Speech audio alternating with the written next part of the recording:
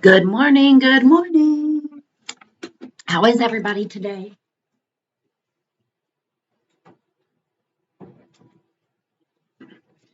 Thank you so much for joining us. Day 3 of the Letecia Stauch trial.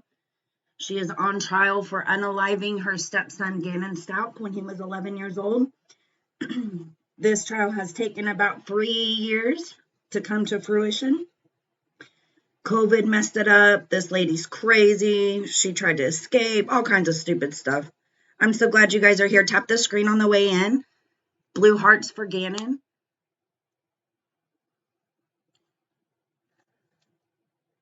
I'm not showing the judge. I'm only trying to get a good view of the courtroom, and I do not see Letecia in there yet. So bear with me as I kind of play around to get a good angle. I'm so glad you guys are here. Tap the screen on your way in, please.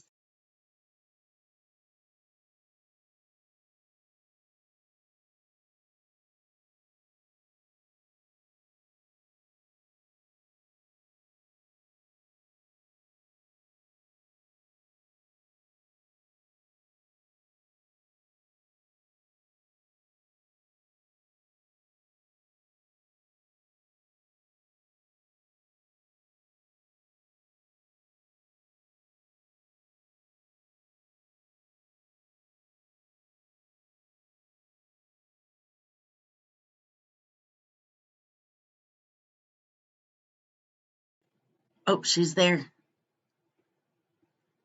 hiding in the corner.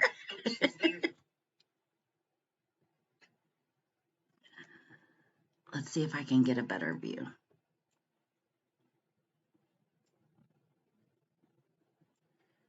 Because I don't think we care to see. They're not showing us the witnesses, it seems, so I just want to see this chick. Y'all see her? Good morning, Lisa.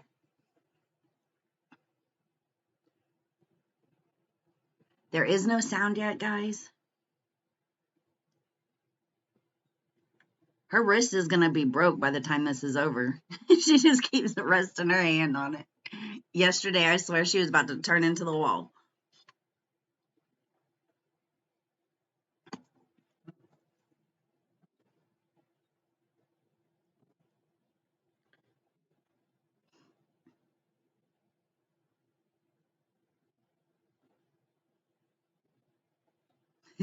TikTok's telling me there's no sound. We know, we know.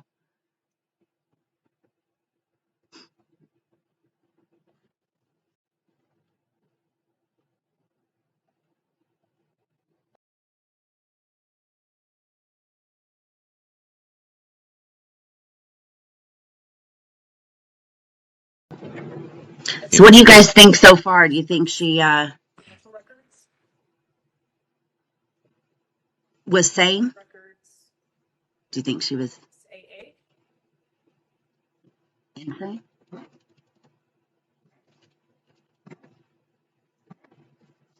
Because I think she knew exactly what she was doing.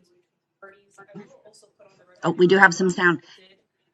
Give me a 1 in the chat if you guys can hear that. It's quiet.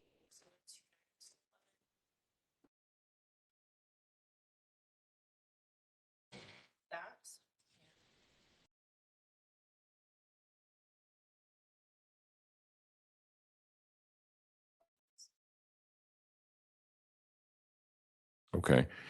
And I assume that when we get to whatever exhibit numbers those have to deal with, it's going to be, we're still going to go through the same foundational elements for admission of those exhibits. And then it will just be that this part is, sounds like what you're really stipulating to is records custodian type issues. And so, but you still have to lay the foundation for that it is a business record or something like that. Do I have that right? Yes, sir. Okay. All right. And Mr. Tellini, do you agree? I do. Okay. So we'll take these up, I guess, as they, looks like it's primarily going to relate to phones and phone messages. So we'll take these up as we get to the exhibits and deal with it then, I suppose. Is there anything else that we need to address at this point in time? Prosecution? Yeah, Judge, thank you. You had asked us to give you heads up when we're going to get to some sensitive photos. Yeah. When we get to Detective Yoder and Macon Ponder, there will be some photos of the discovery of the suitcase in Florida, which will also include some photos of Gannon's remains, just so you're aware. So that's Detective Yoder and what was the other one? And then Macon Ponder. Macon Ponder? That's right. Is that going to be today? Those are the two people that we anticipate, depending on how long Mr. Stauch takes today, that we would get to at some point. Oh, these are the two people from Florida? Exactly. Got it. Okay. Okay. All right. Is there anything else that we need to address? Prosecution? No, Your Honor. Defense? Yes, sir. All right. Let's go ahead and bring the jury in.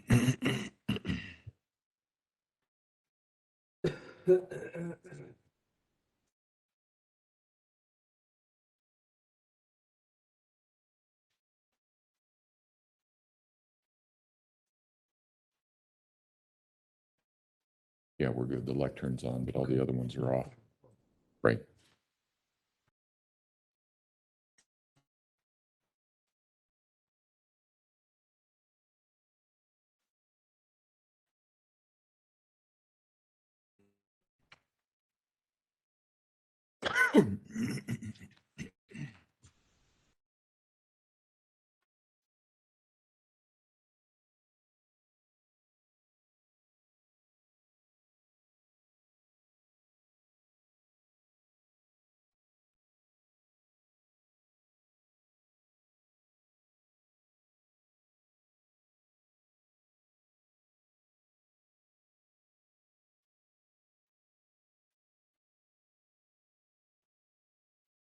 All rise for the jury, please.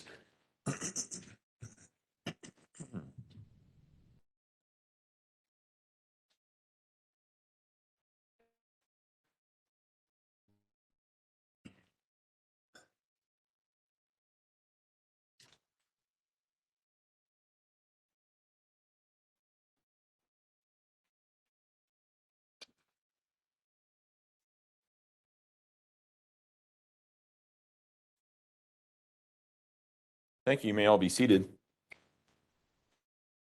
Court will recall 20 CR 1358, People versus Letecia Stauch. Record should reflect the jury has returned to the courtroom. Good morning, ladies and gentlemen. Good morning. Excuse me. We're going to start the day the same way that we did yesterday, and that is with the same question. Has anything occurred since we were last together that causes any of you to believe you could not continue to serve as a fair and impartial juror in this case? If so, please raise your hand. No response. All right. Yesterday, when we took our break, we were in the midst of some recorded phone calls. I think that's where we're resuming today with that. Mr. Allen? Judge, I assume that we should probably bring Mr. Stauch back up and then start the next call, and then he can step back down again, if that's okay with you. They've all been admitted. It's up to you. If you're fine with me just playing it, we can just jump into it. If there are different voices that he has to identify, then maybe you need his testimony. If not, it's up to you. Okay, well, let's just jump into it. So this Okay. will be, just for record purposes, People's Exhibit number 36, which is another recorded phone call from February 15th, 2020 at 10:58 a.m. All right. Thank you. Go for it. Hello. Hey, Hey, what's wrong? tired of crying. Hmm? I'm tired of crying. Well, happy Valentine's Day. Thank you. You're welcome. Where's Lena? Lena's at school right now. So, why? What's up? I can't ask you where our kids are at. Yeah, I think that's a fair question. Where's Harley at? She had to go to the doctor last night because I have bad chest pains and the recruiter. She was 12 pounds underweight. What hospital did she go to? The store could be listening and know where we're at. Tisha, I mean, No, I don't know. You talk crap about me. You treated me wrong. where did I talk crap about you? I haven't said nothing to nobody. Charles in your school posting all this stuff, messages you sent them how horrible of a person I was. When did these messages come from? Years ago, maybe? I mean, I don't know when. but you know what? Posted them to everybody. But what have I always said about social media? I don't give a crap what people say. People are just looking for a headline, okay? I'm tired of doing this, Albert. You should have talked to me about all the other stuff. I'm not. Oh, what other stuff, Tisha? I've asked you for help. I said, hey, me and Harley needed something. I've asked you for help. You turned me down. You know good and well. Anytime you've ever needed help, I've been there for you. Tisha, let's walk back through this now.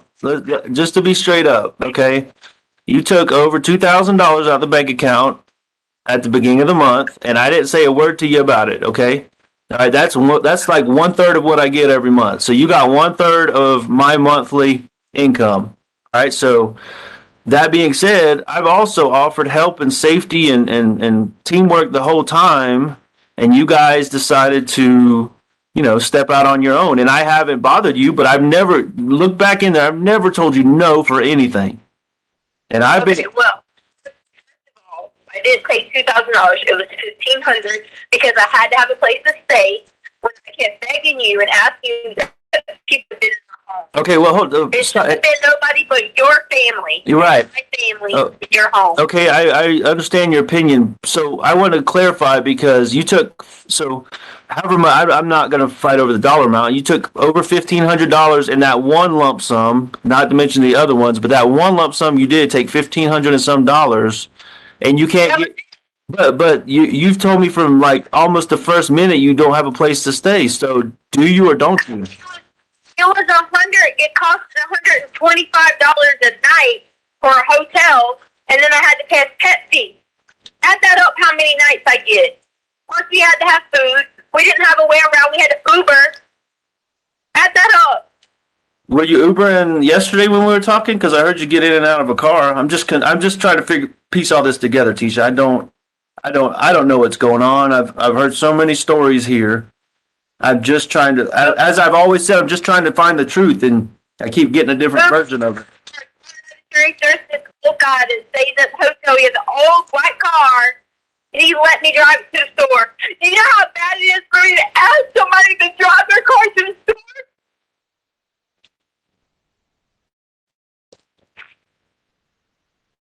And in this effort to help you that I've been trying to do, you won't tell me where you're staying.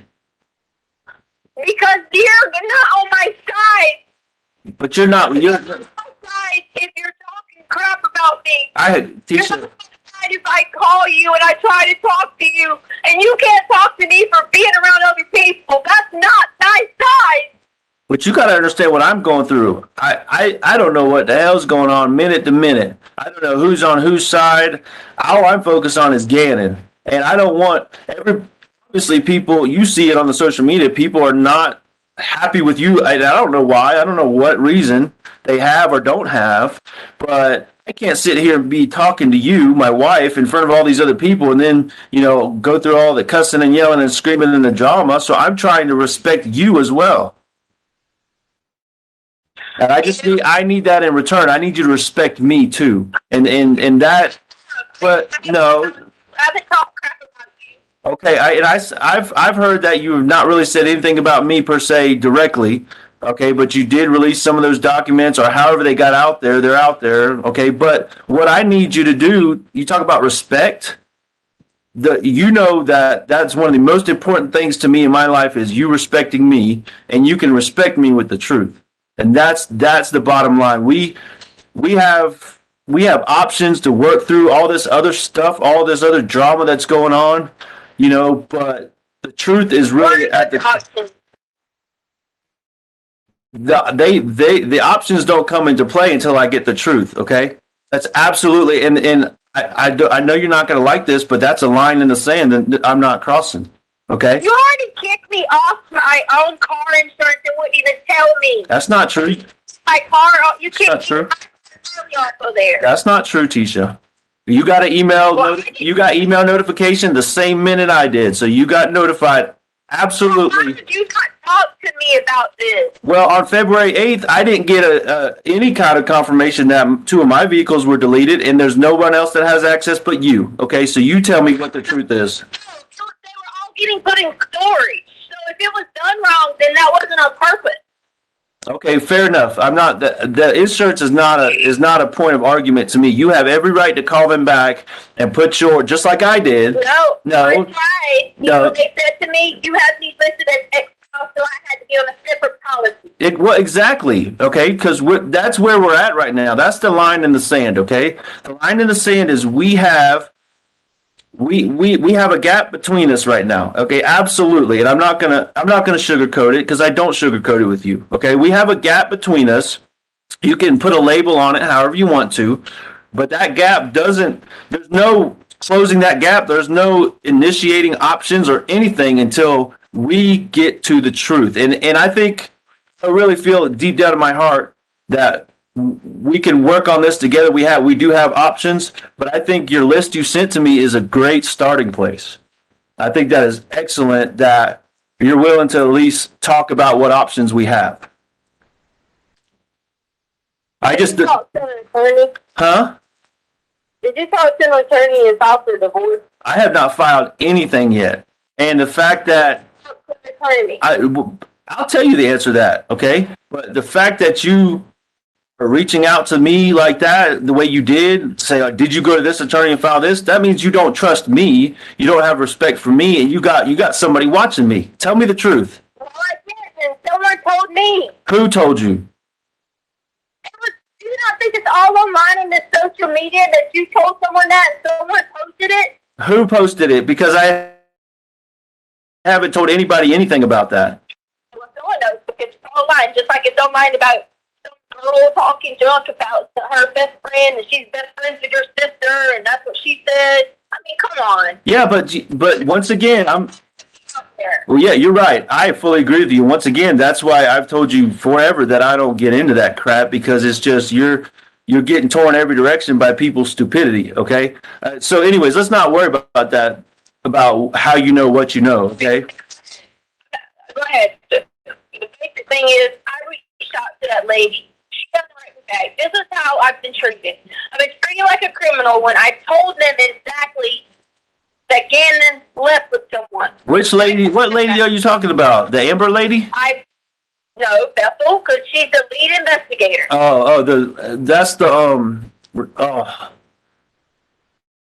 That's the blonde lady from Starbucks. Chick. The blonde lady from Starbucks. Yes. Okay. All right. The lead investigator. Okay. All right. I got you. Well, I mean, In contact with her. not since that first day.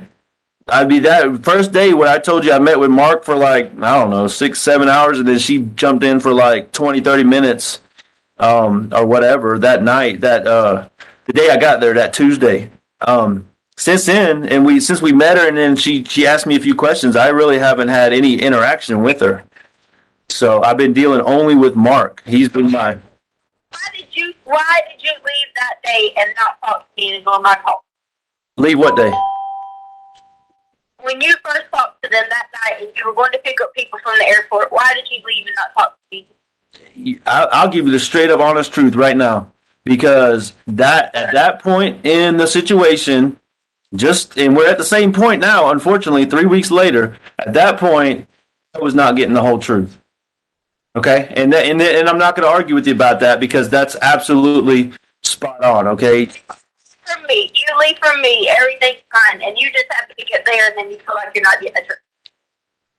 Oh, yeah, absolutely, because there were some things that I was looking into on my own, which I've basically been doing for 3 weeks now, trying to sort through this on my own, that weren't making sense and weren't adding up. Okay, and just like where we're at now, yesterday, thank you for talking so long and walking me through your timeline. But even yesterday when we were talking, a lot of it wasn't adding up, and it still isn't. Like, there's 3 or 4 different versions of the Mexican guy now. He's Uncle Matt. First he was Mexican or whatever. I don't want to argue. I said he asked me, did I know? He asked, did he know Uncle Matt? Yeah. I said he was Uncle Matt. Fine. And I'm not arguing about that. I'm just telling you these are red flags. You know how I am. When I see red flags, you got to convince me that the truth is what it is. Okay. So I'm sitting here last night on my bed freaking out because I think I don't know. I feel like some of that was the truth, but then some of it still was, a different version of the same story again. So what I really want to get to. Me, did I kill Gannon? That hurt. It hurt me to ask it because you're my wife, and first thing I started with today was Happy Valentine's Day. That should tell you how I feel about you, okay? But I need you to be here with me, support it. I am. I'm right. I'm right here. I'm right here. I'm begging you. If they give me immunity, I will help. Okay, but here. I can't get in trouble for it. Okay. Well, that's why I'm here. I'm trying to I'm not, you have the legal background. Okay. I don't have that knowledge. All I have is my recruiting time and the other stuff I've done. So you need to help me understand what you're trying to get. I don't understand what that means. Immunity. Okay. Do you know what immunity is? Other than what I've seen on TV shows, I don't know. I need you to help me. That's what I'm trying to, help me to get you to that point. Hello? Immunity is going to grant, I'm a judge, that I would not be charged anything in this. I didn't have anything to do with it. In return, that I will testify, and I will give them the information of who I did, and I will testify against them. Okay. So you're saying, so I'm going to walk back through this so I understand clearly what you're saying. So there's no ambiguity or unknowns here. So you're saying you somehow know where Gannon is or who has him or how he got him or something like that? Ho. See, that's why you're not going to put words in my mouth. I'm trying to understand, Tisha. I'm explain me, okay? Walk me through it so I understand what you're saying. No, why would I record you? This is me and you. Why would I say Happy Valentine's Day on a recording? That's something personal between us. It's just you and me on this phone call and in your room. Absolutely. Okay. Community is where I'm telling you, I told you the truth about who took Gannon. There's more details about how that went on. There's more details that I can't discuss that would incriminate myself because they're going to say, why did you say this? But he has all our information. He was threatening to go to work and get massaged and have these people go there. If I said anything in the meeting with the cops, I was late to the meeting. But I need immunity. So I get him. So why? What I don't understand is why, babe. Why is this not something you would tell me from the get-go? I just. Everything. They were going to kill my daughter. They were going to kill me. They knew where you were at. Everybody. They would do everything. Yeah, but Tisha, look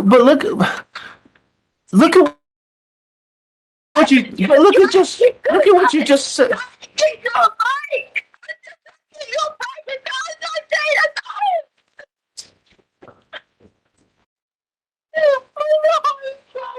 But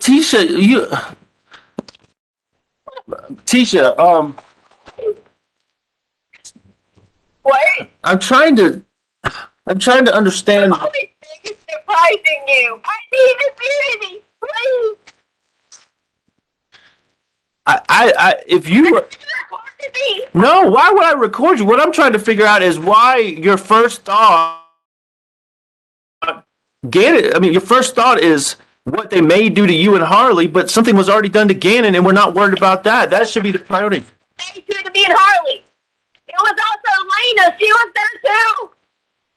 So the guy was there and was threatening you in the moment? The guy was there when the police was there.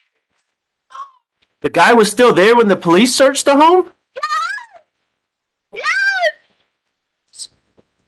Yes! Where was he at? Where was he at when they searched our house? Until anything until I get immunity.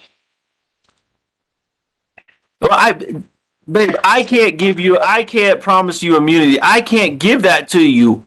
But I mean, Well, you can ask. I mean, yes, I can reach out to Mark and let him know that's what you're looking for and that you're willing to work with somebody. And you can also tell, what's her name again? Bethel. You can tell Bethel. Just saying. She won't write that. Okay, well, you got it. You.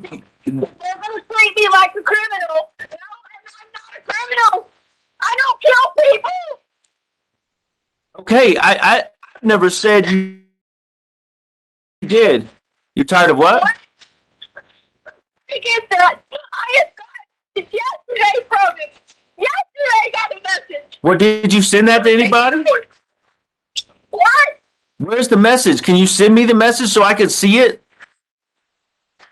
Just if you email it to me or email it or text it to me so I can see it.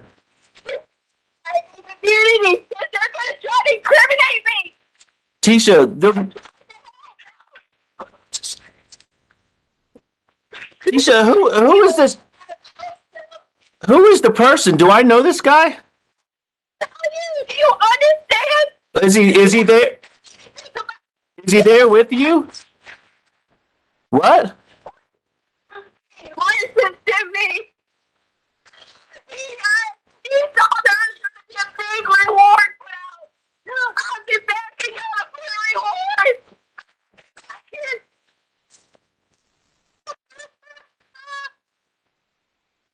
So I heard there's a reward coming out. That somebody said that the neighborhood's trying to do a reward. Here you are, Mike.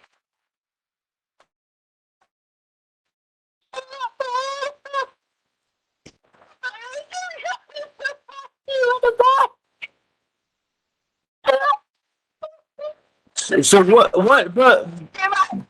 what happened with the bike situation? I don't think we ever. You don't get immunity. Okay, well, I told you I cannot promise that. Okay, that's not something I can promise you. I can promise you help or whatever, but I can't promise immunity. That's something that the investigators got to reach back out to you. They're on your side, and this is where you can go to them, and you can say, I know, my wife wants to know, she is breaking down, and she is telling the truth. Yes, I can advocate for you. I can give an opinion, but but listen. What I don't understand is you're treating me like the prosecutor here. Okay, you're treating me like I'm in court or the law, not like I'm our son's father. Okay, but you get out there and you actually do it. I genuinely don't know. I can't even go anywhere because they think I'm going to tell. They're release the reward. They're not going to do anything. They're not going to stop me. They're not going to stop anything.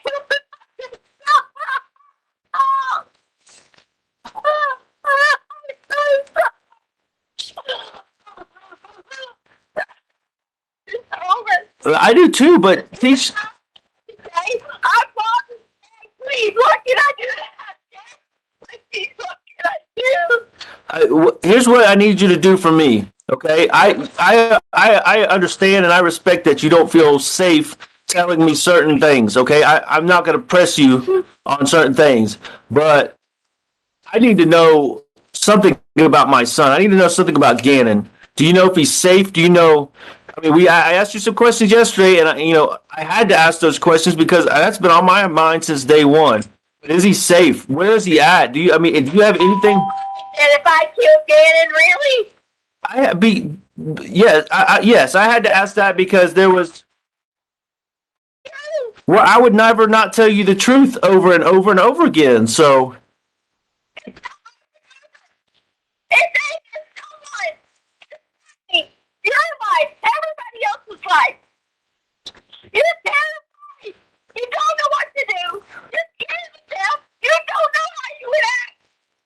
Tisha, Because people are going to say, why did you do this? Why did you do that? listen. What about the? Incriminate me on it. What about this? I'm trying to think of any way to cue the police to offer you immunity if they can. Okay, I'm trying to find a way to get them alerted to you might have some information. What if you told me just one key thing and I just called in on the tip line or something? No, but no, because it'll be anonymous. But they won't ever know because I'll call it. I'll do it. I'll be just some man calling in an anonymous tip. And I mean, the key here is to get Gannon in the investigation and then protect you if they're able. So there's some big reward. But why won't they? Who is they? Why won't they budge? What is it about the money that's the key? No, because they keep asking. I got messages. They're going to be a reward. You better not say anything. I know where you got to that. They got my mom. I just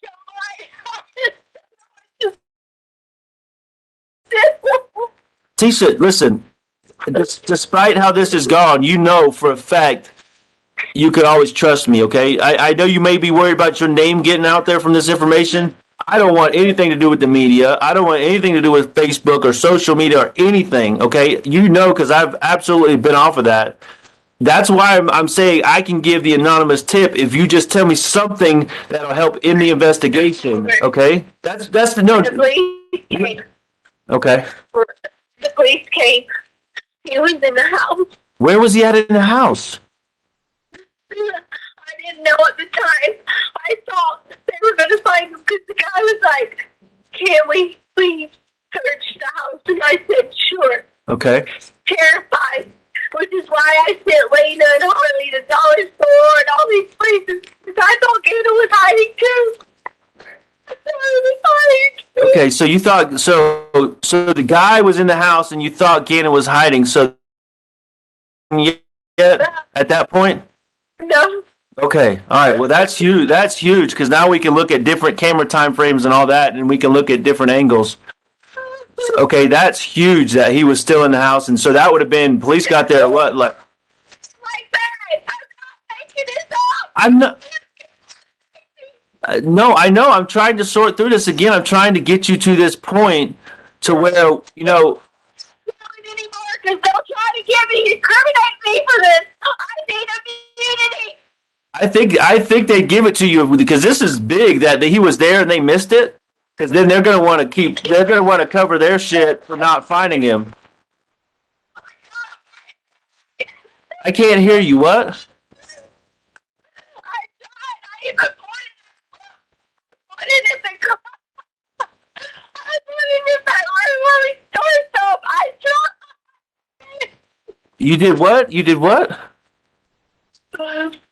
Oh, you said what? What did you do? I tried to point to the cops and hey, check this area. Hey, check this area. I was even trying to show them any other extra areas that I saw. I said I didn't know if Gannon was with him or I didn't know if Gannon was by hiding. I didn't know at that point. Okay, but then you figured out. How'd you figure out he wasn't by himself? I'm not selling anything else until I get immunity. Well, I'm trying to figure out. I'm trying to put all this together. You said you pointed them in the direction, but where in the storage room were you? Directions. I said I was just giving all the big areas of the house. I got you. So you told them storage room? I walked to the storage room when the guy was in there. I was trying to tell him, hey, check behind boxes and all this stuff. Okay, so Damn. I didn't want to make it think it'd be idea. They were hurting him before the cops hurt him. okay, so what happened next? So the cops searched and missed it, or what? Tell me what. I'm trying to figure out what happened now. What you're telling me, okay? What happened after they didn't find him? I'm not saying anything. You're just trying to plot this whole thing. No, I'm trying to get some key breaking information that I can give an anonymous tip, like I told you. Okay, that's what I want to do. That's how. Never mind. You're not trying to help. I am trying. He is not trying to help. No, he's not. He's not trying to help. I am. So what you said was Gannon. You thought Gannon was hiding. Is that right? I didn't know if he was hiding with the guy had him or if he was hiding by himself. I was scared to keep. If I would have left him a note, be like, please check out. He's fine. I didn't know if they went out the back door. I didn't know where he was at the time. I know he was there. I know he was gone. And after I waited for 4 hours, kept walking, checking myself, I realized that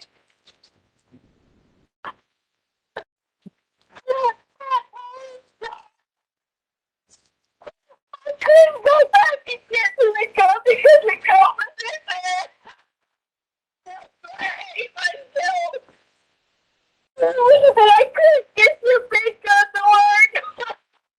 So let me back up. So when you let the cops in the door, wherever you last saw Gannon, you left him somewhere, or you thought he was safe?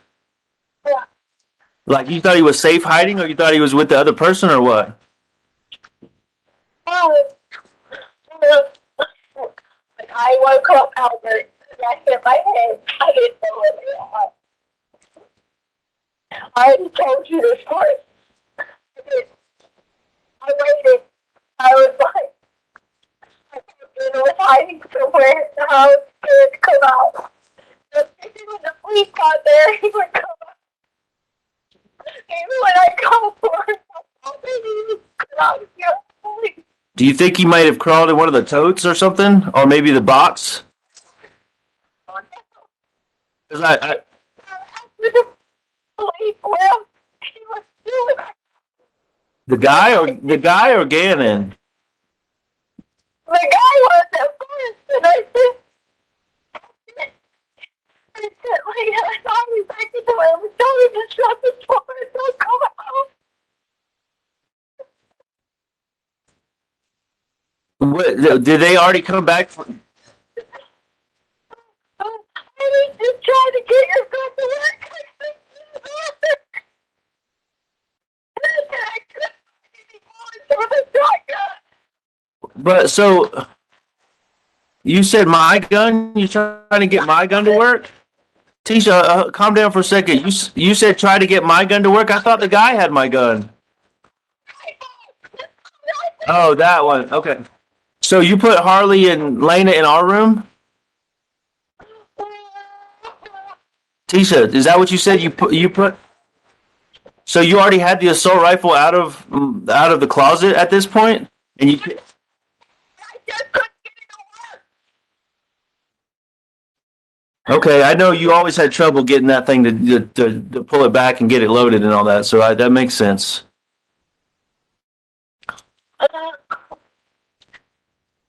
So, I'm not going to be honest. you're not going to what? How is this, what is key about this that I can call an anonymous tip that helps me find Gannon?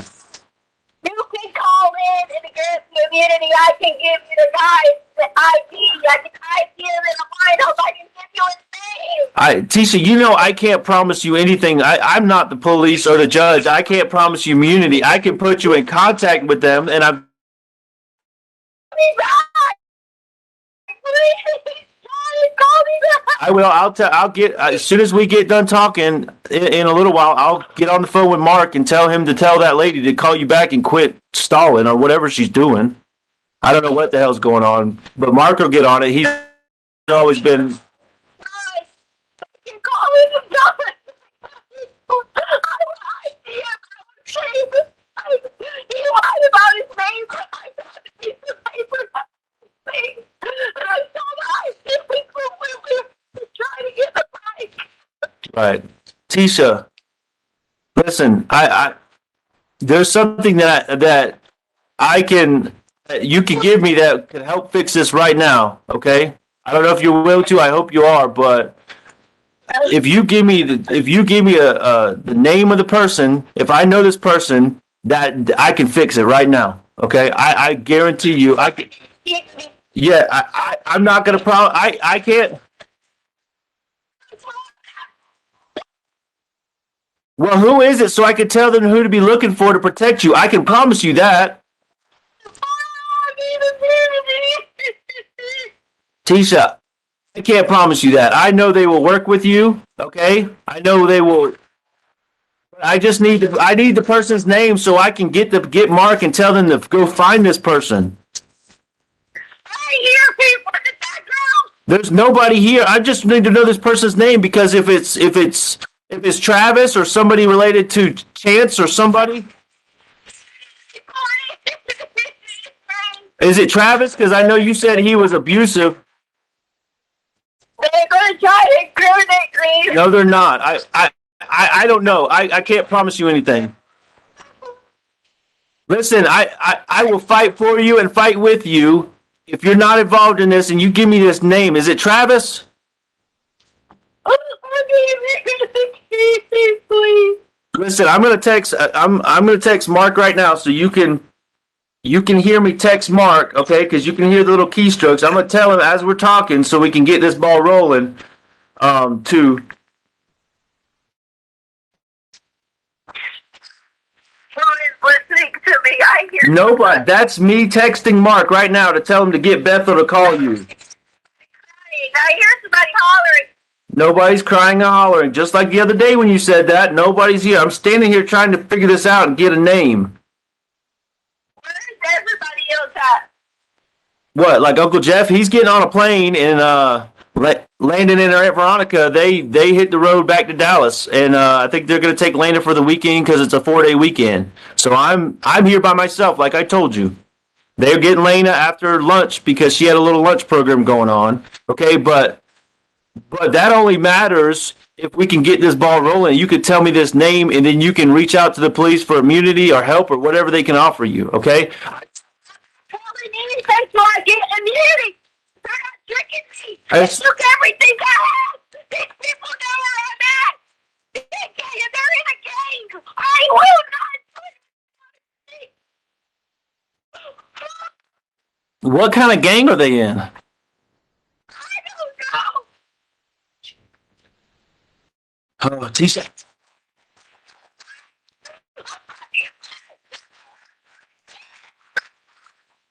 Well, what happened that ruined that?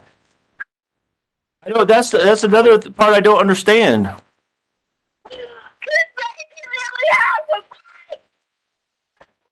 Is what? This baby really has a bite. Tisha, so this guy, I know you're trying not to tell me his name, but after the police left, remind me. I don't remember. I know Harley and Lena went out to look. Did you go look for Gannon? You knew the guy was in there, or you didn't, or what did you do after the police left?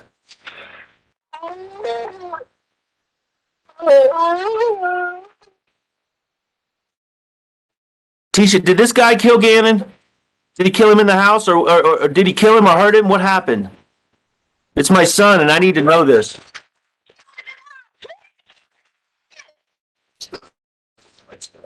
No, Tisha, not you. I'm not you. I trust you. I asked you that yesterday, and I trust what you're saying. I asked you, did this guy hurt Gannon, or did he kill Gannon in the house, or do you know if he killed Gannon or not? Unity. Tisha, I've explained to you, I can't give you immunity. I'm your husband. I'm not the police or the judge. I'll be back when you can figure out how they can grant me immunity because this ain't gonna stop. It's gonna keep going, and he's crazy.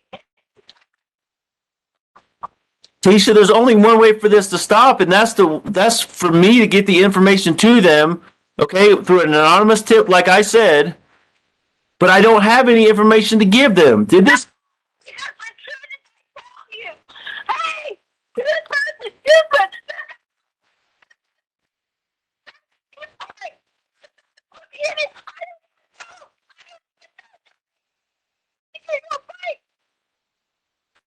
and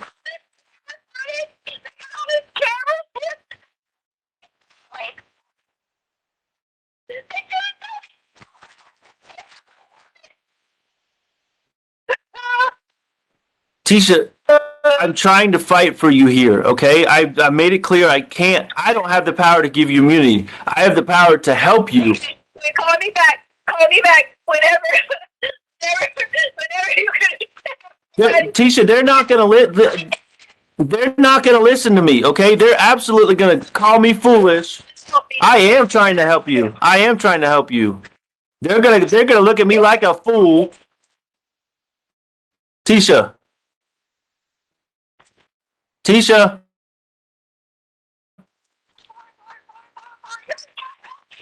I can't hear you. You're not helping me, Albert. I'm trying to. Someone killed somebody. I don't know if anyone killed anyone. What what do you know? What's the guy's name? I gotta know the guy's name, Tisha. Okay, I mean, I'm trying to help you, but you're not freaking letting me help you, okay? All right, shut up. Well,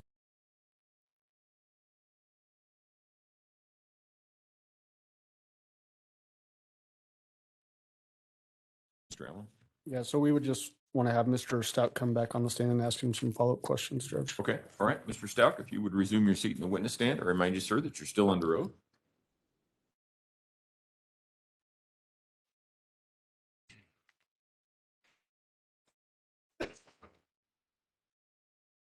Good morning, Mr. Stout. How are you doing today? Morning. So at the very beginning of that call, you told the defendant Happy Valentine's Day. Did this call actually occur on Valentine's Day? I believe so. If I would have said that, I don't know the date you quoted when we started, but Okay. The date of the call was February 14th of 2020. so absolutely then. There's a question in that beginning portion where the defendant was asking you questions about where you were and where Lena was, and then you responded with, "Where's Harley?" Similar to the phone call that we talked about yesterday, at this time of this call, did you know where the defendant was anywhere? I did not, nor did I know where Harley was.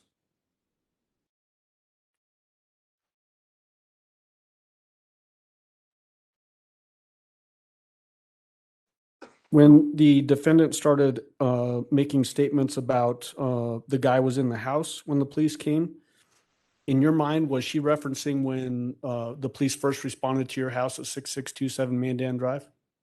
That's what I assumed she was referring to, yes. Did you have any independent knowledge of them finding a man in the house when they responded on that day? I did not, no, sir.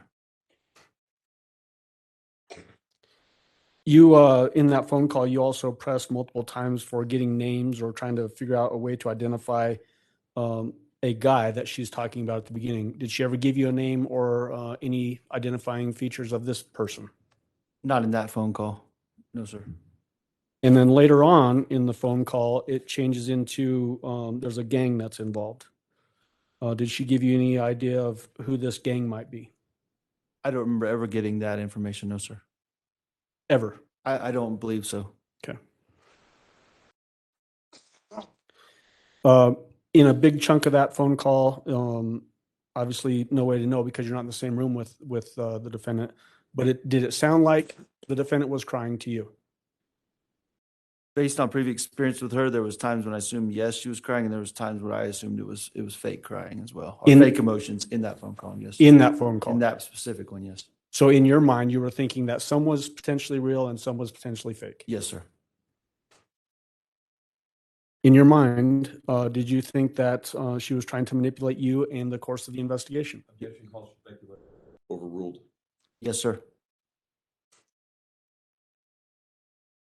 One of the questions that you asked the defendant very specifically was whether she knows Gannon is safe. Do you remember that question? Yes, sir.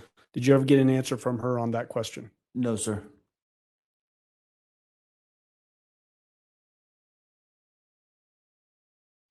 You mentioned in the phone call too about you're going to give information to the detectives so they'll quit stalling. Similar to the phone call yesterday, were you actually with law enforcement when this call occurred I was. and they were listening? Yes, sir. Was you saying, hoping that they would quit stalling? I guess, was that a tactic to keep her talking? Absolutely. Two names that you gave in that phone call were Travis and Chance. Who are those people, just in general?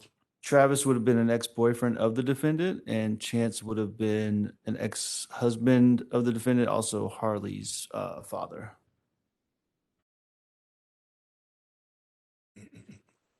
Did you ever have any indication that either one of those two names were involved in Gannon's disappearance? No, sir. Chance was deceased by that point, and no indication of Travis either at all. Okay. In relation to that that gang reference, was there ever a gang that was after you and your family? Not to my knowledge.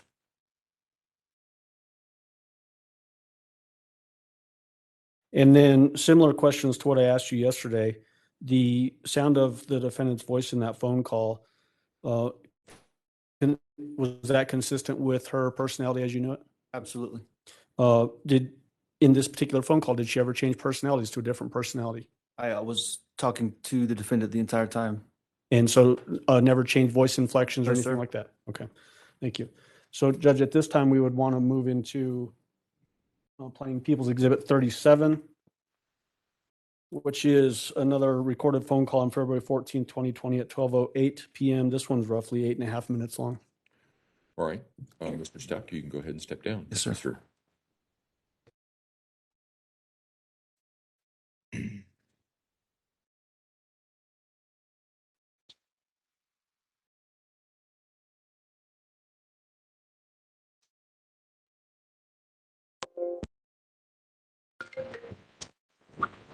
Hello?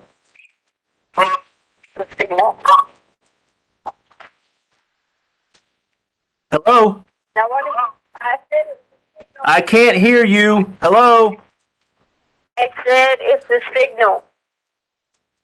Okay, well, what? Because you hung up on me and I'm not really feeling this right now. So what? What do you got for me? I can't help the service goes in and out. Fine, whatever. You were being all nice, caring, listening, everything. Then all of a sudden you started being hateful. Yeah, because you got information I need for my son that everybody needs to get this boy back.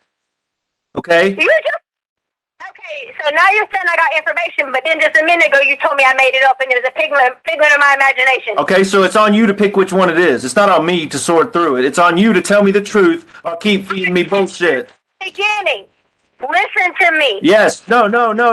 Let's start over. Let's get a new beginning here. Okay? Let's start over. Because if you keep going back this same path we've been on, I'm just going to keep getting more pissed off and more hurt and more worried about my son because you've told me 17 different stories now.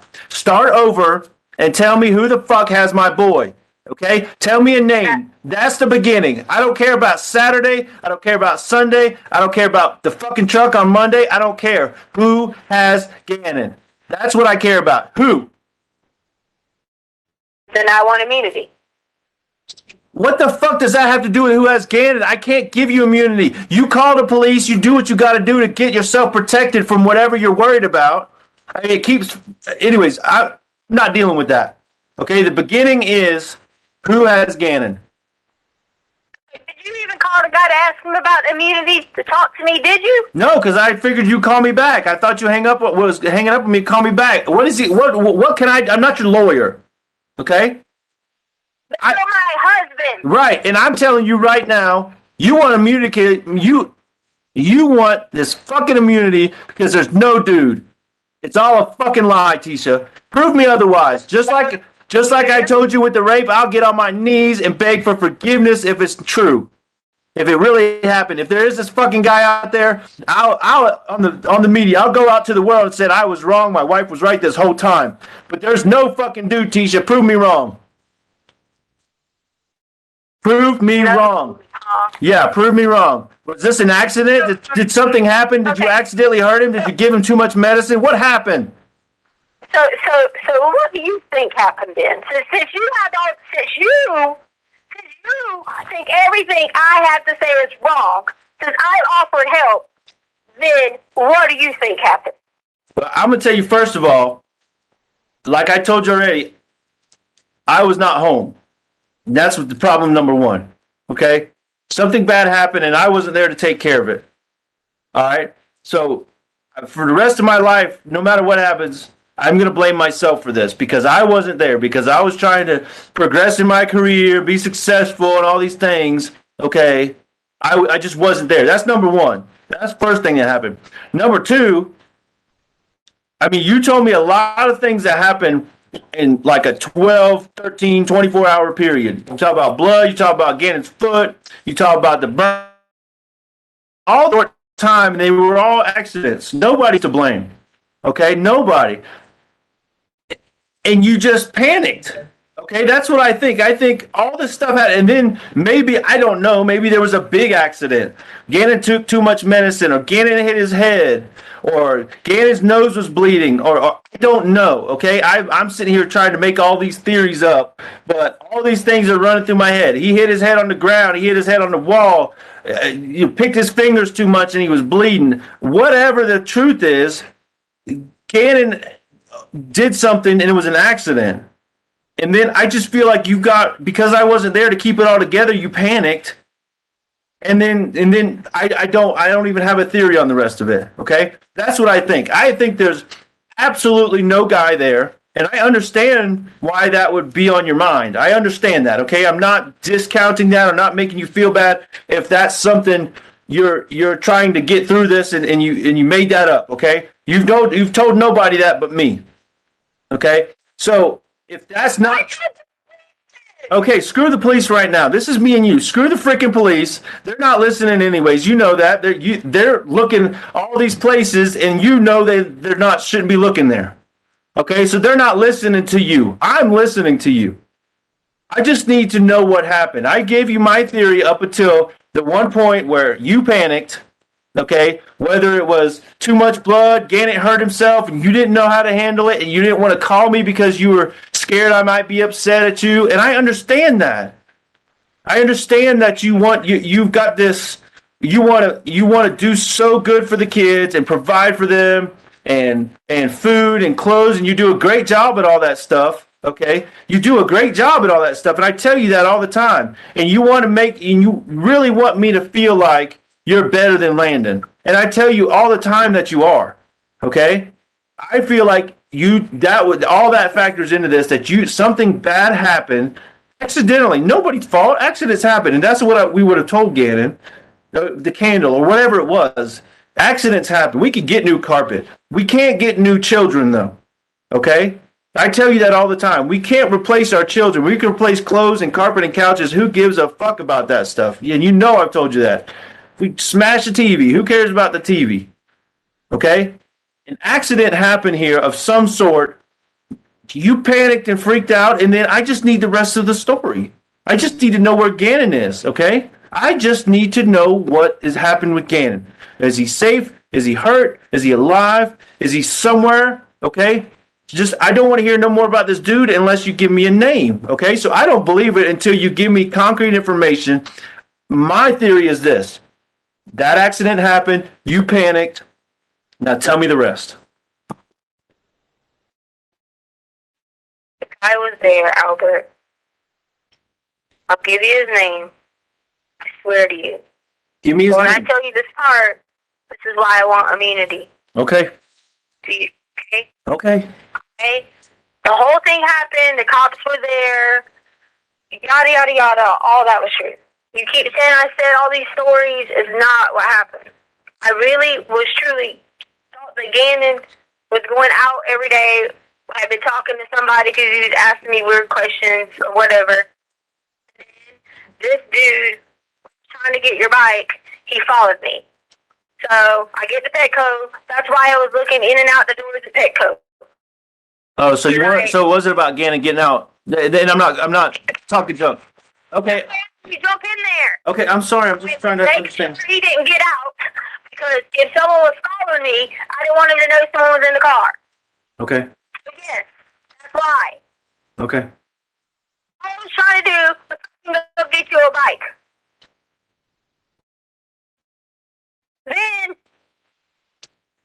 I leave because I was going to go to this place to be looking at free to get a bike, and I realized that this dude was following us again. So I tried to make some turns around Palmer Lake area, in and out of that area up there, which is where they're searching, because I'm sure they got my GPS, searching for nothing. And then, when I had to come up the little hump, there's this dude. Well, this dude is in your truck with us.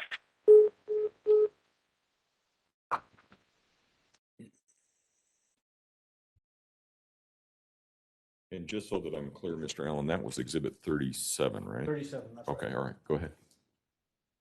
Mr. Stout, can you come back? Mr. Stauch, I remind you, sir, that you're still under oath.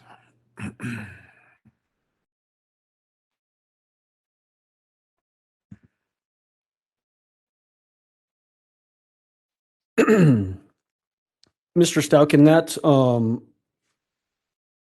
call, you said to the defendant, you want immunity because it's a lie, there's no dude.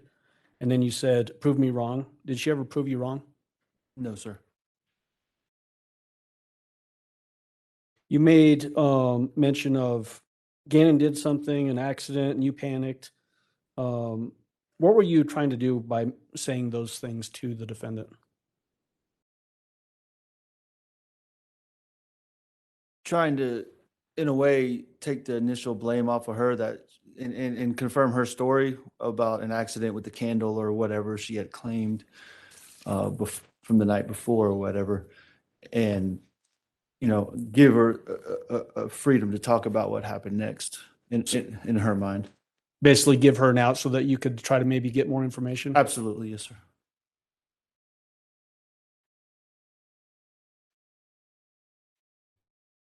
Towards the end of that phone call, the defendant made, again, mentions of some anonymous dude in the language that she used. Did she ever give you a name of who this dude was that she was referring to? Not in this phone call, no, sir. All right. Was that phone call consistent with her personality? Absolutely, yes, sir. During that phone call, did she ever change personalities or talk with any other odd voice inflections? No, sir. All right, thank you. Judge, at this time, we're going to move on to People's 38, which is a call on February 14th at 12:17 p.m. All right. Mr. Stauch, you can go ahead and step down. Thank you, sir. And Judge, this call is about a little over 21 minutes. All right.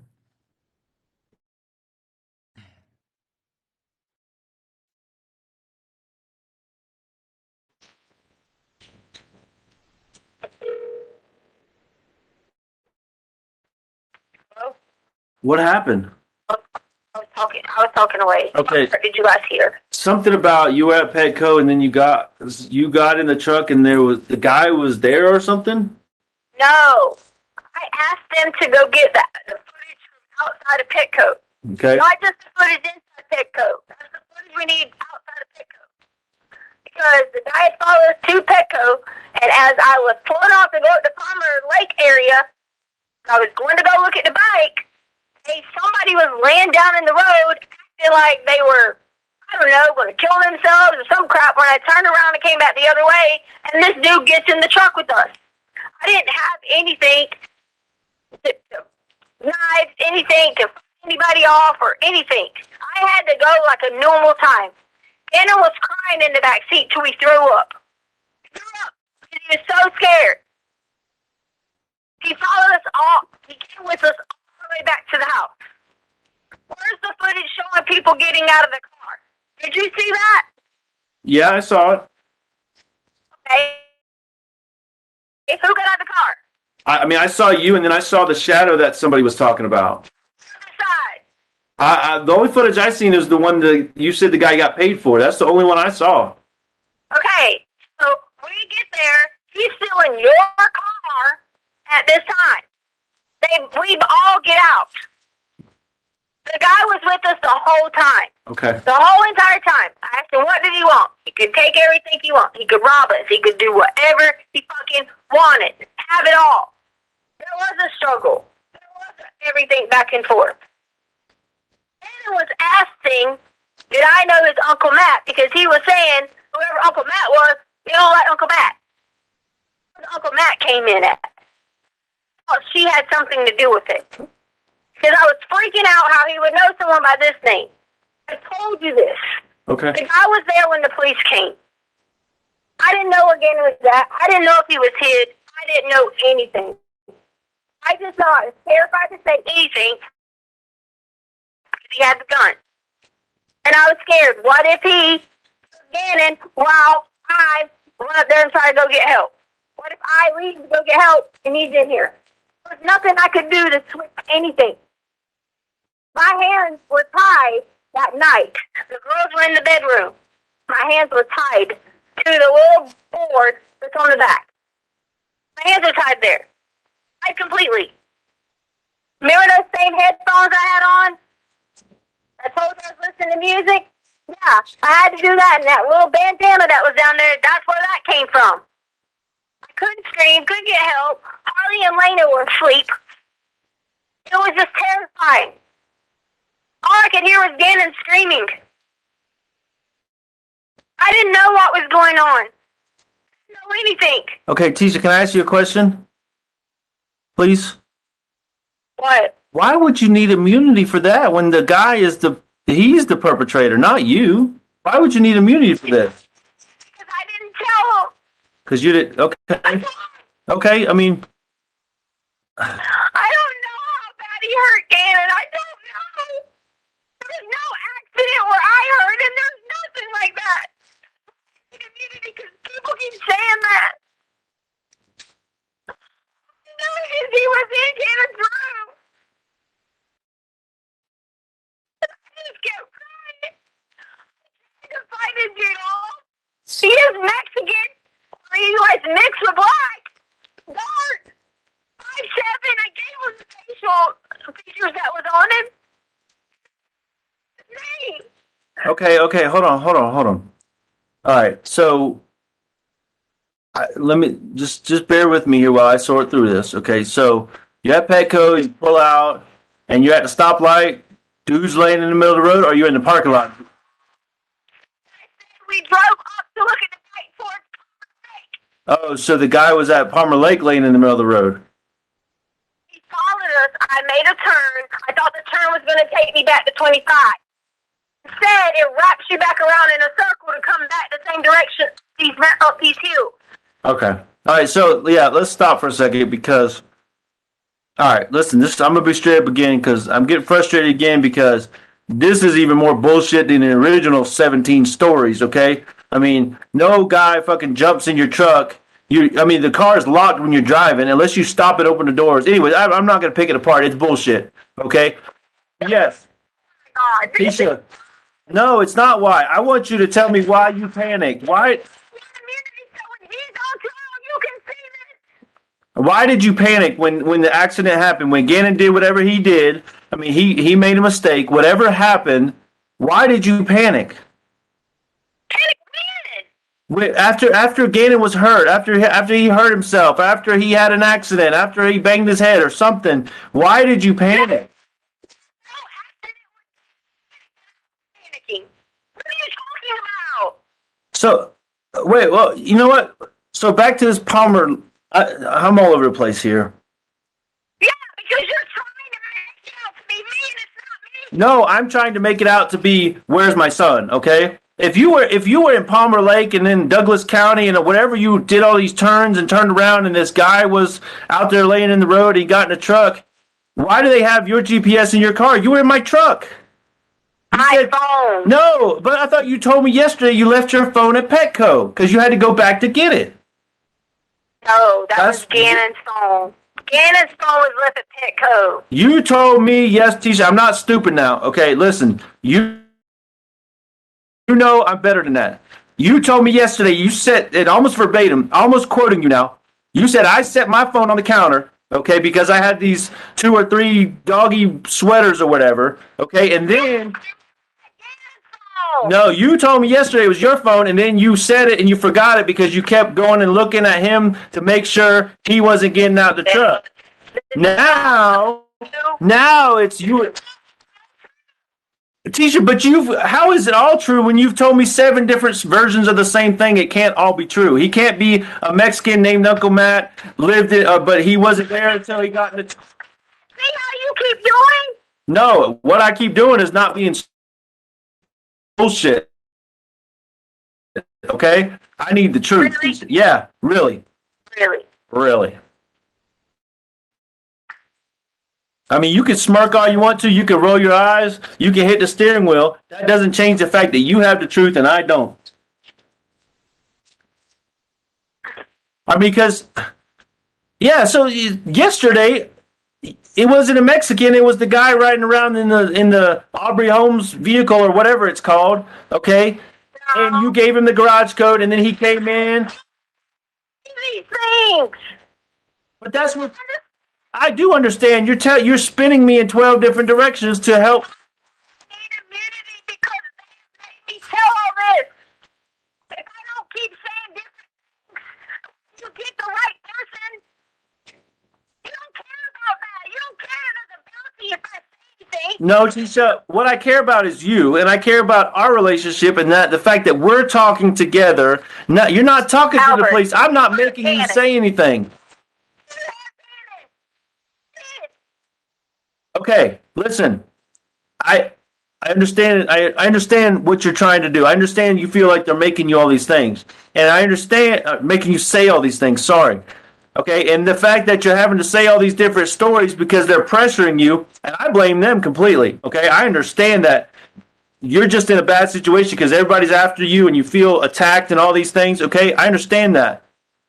But if you have any faith or respect in me, you got to understand that I believe that truth is always easier than having to go 27 different directions. Okay, and that's what I'm trying to work out with you here is just the freaking truth. He hurt me. I was tied with my arms. Okay, well, who is he? Who tied you up? Who did this? You didn't do it. Who did it? Who hurt Gannon? Who has Gannon? Who wants the money? Who hurt you? They're gonna kill me. Who is they? And how did he hurt Gannon? These are the questions I need to know. Who is he and who are they? He first told me his name was but it's not. It's Quincy Brown. Quincy Brown. So,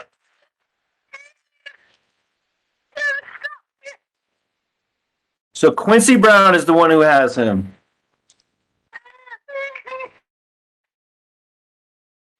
What was he driving when he was following you?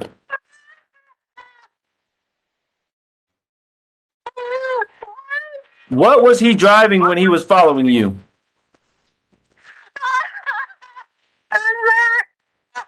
What? A red car.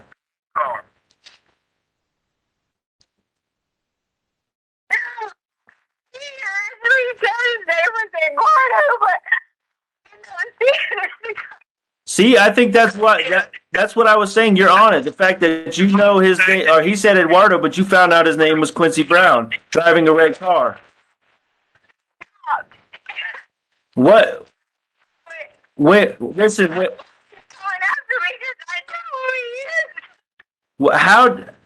How did he hurt Gannon, and how bad was Gannon hurt?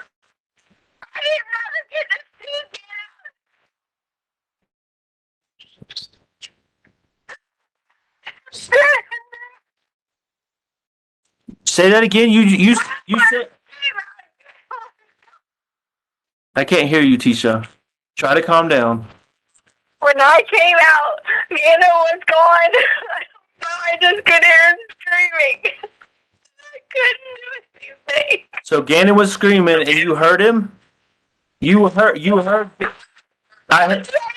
Right. No, I said heard. I said you heard, like you heard him screaming. The guy heard Gannon. So you know the guy heard him, Quincy Brown. Huh? Yeah. Do you know what he hurt him with? Was he hitting him? Was he?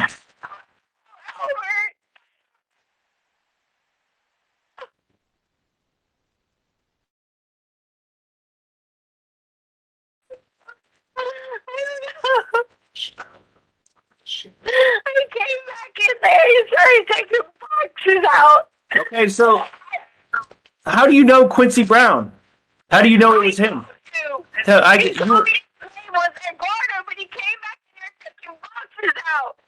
And I came Quincy Brown, I saw it. Oh, what boxes was he taking out? I thought he was going to rob our house and take things. So he had an ID on, and what did you see anything besides his name, like a company or something? Quincy Brown. It was his pocket. He had his big baggy pants on, and in his pocket, the paper fell out, and on top of the paper was his ID, and it had his picture, Quincy Brown. Okay, all right. But what kind of boxes? What boxes was he taking out? Was he out of the storage room? What? I mean, what? In the storage room. Oh, you were in the storage. Do what? You did. That's the first you told me that you were in the storage room.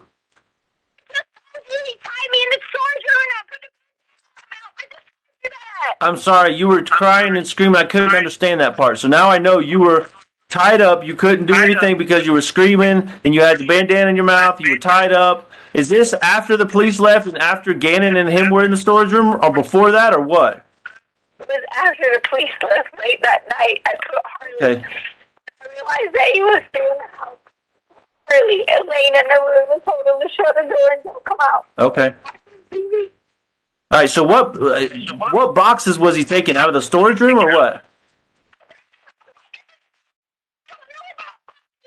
Okay, well, you brought that up, so that's huge. I mean, if he's taking boxes, what was in the boxes? I'm just trying to sort through all this, okay? Empty boxes, okay. So back up. Gannon and this Quincy Brown guy, they were in the storage room the whole time, and you were trying to point the police to the storage room? I never told you that. I said when the cops went to the storage room, I was trying to tell them, hey, there's a bunch of boxes piled up here. I even went to the little Christmas closet and was like, yeah, please look through there really good. But you did say that they were in there and that you tried to direct them somehow to the storage room. You did say that. Not what I said. That is not what I said. Okay, maybe I'm paraphrasing. Telling him where hiding places were in the storage room. Then where the fuck were they?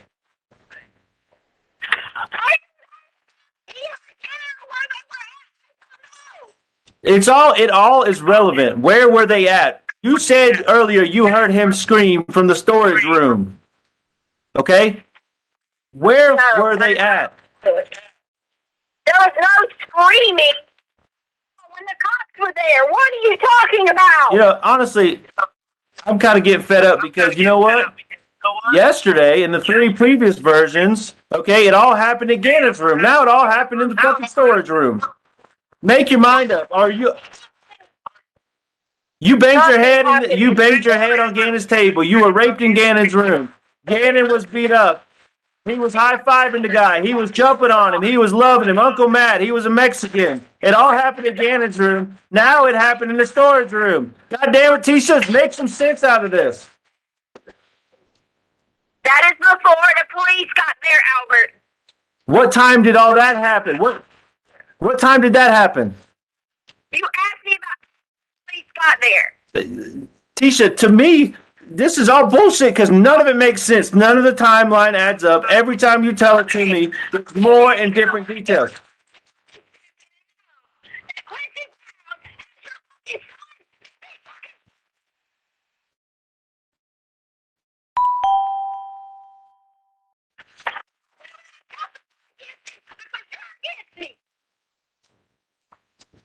So okay. Yeah, fine. I have my life on the line. Go get your fucking immunity. I hope you get it, because I don't want nothing bad to happen to you. I don't want nothing bad to happen to nobody. I want my son back. I'm trying to help you get him back. So at what point did you call the police? The guy was with you. He was in the house. He was just letting you call the police? Because you said he was in the truck. Well, you, him, and Gannon were in the truck, come back from wherever the fuck you picked him up on the side of the road, and he just jumped in and said, here's a hamburger, take me home or something, whatever. Okay? Yeah. I'm being a goddamn smartass because this is bullshit. Okay? So you're all in the house and you're just drinking sweet tea, and he's like, "I'm holding you at gunpoint, but go ahead and call the police, please." Right? That's your story. That's your story, Tisha. That's your story. Because initially he was already in the house when you got home with Gannon. That's what you told me initially. I am listening. Okay, so all right, so assume I believe you now. So Quincy Brown is the one holding Gannon for all the money, and you didn't tell me. So now, all this 3 weeks now, you've known who has my son. You've known he's out to get you or after you or whatever. And you think I'm going to be okay with me just finding this out after I've been crying my heart out for 3 weeks now? You think that's cool? Because you're worried about your immunity? Because I'm worried about my what? Immunity. That's all you said all day long after yesterday when you told me 7 different stories. Today it's immunity. And now I find about Quincy Brown in a red car with boxes, has my son, and he wants money, and you never told me about it. It's like we're playing fucking Clue here or something. Or Who's Who. And yes, I'm being a smartass because I'm tired of this shit. I don't want nothing but my family and everything and Gannon to be there. I begged you to help me for days. I could tell you this. I begged you. But you would never have to not be around everybody and call me. Never. You know, it's funny. I'm going to stop you right there because it's funny. You started that statement again with, I just want my family and Gannon. So that's why you keep saying shit like that. No, Gannon is part of your family. He's not an and, he's part of it. That's why I don't believe that shit because you keep saying that. Go ahead. I am agreeing to testify against this.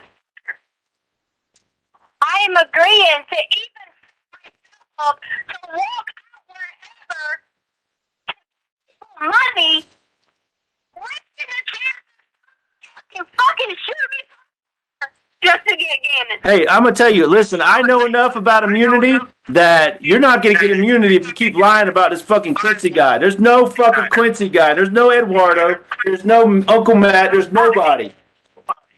Whatever. Yeah, whatever me all you want to, but there's no fucking Quincy. Yeah. Should have freaking told me about Quincy Brown from the get-go. That's why there's no fucking Quincy Brown. Really? Yeah, really, Tisha. Yeah, this is just blowing my mind here that you sit here and you want to be a family, the 4 of us in Gannon, like you say. You want us to get back together and be all intimate and, blah, blah, blah, blah, blah. But you keep fucking lying to me.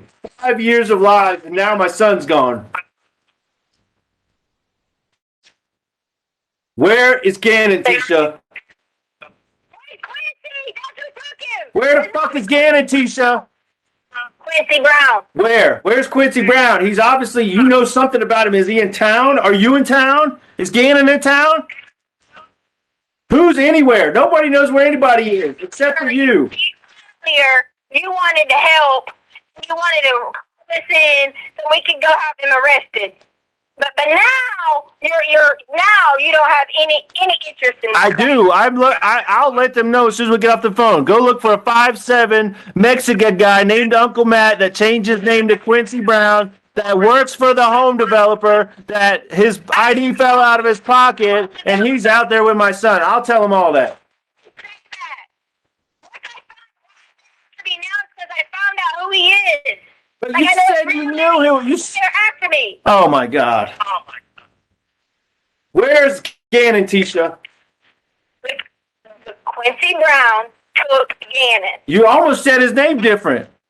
Okay, is it Quincy Brown or Brown is what I said. where is Gannon?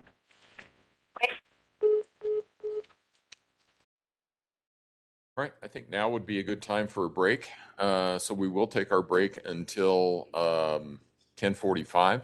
Again, don't discuss case among yourselves. Don't discuss case with anyone else. And we'll see you at 10:45. All rise for the jury, please.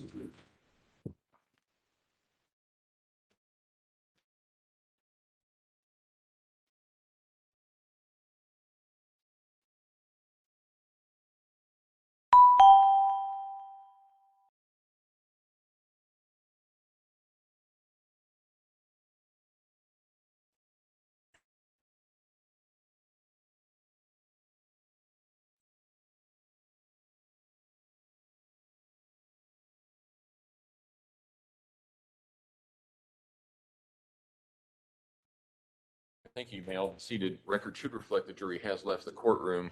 I wanted to pass on. You guys will need a pen for this. The issue that we were talking about earlier, take a look, and I'm still not asking for an answer. I want you guys to, you'll have some time to look at this, but I also want you to look at these cases. People versus Boykins, 140 Pacific 3rd, 87, and Riggins versus Nevada, 504 US. Riggins was the case that I was thinking of. Okay. It's actually, I have the Supreme Court citation. It's 112 SCT 1810 1810, decided 1992. So take a look at those. I plan to, and then we'll see if we have some further discussion. Okay. Thank you, Judge. All right, then. Court will be in recess. How long did you say you're on here? 10:45.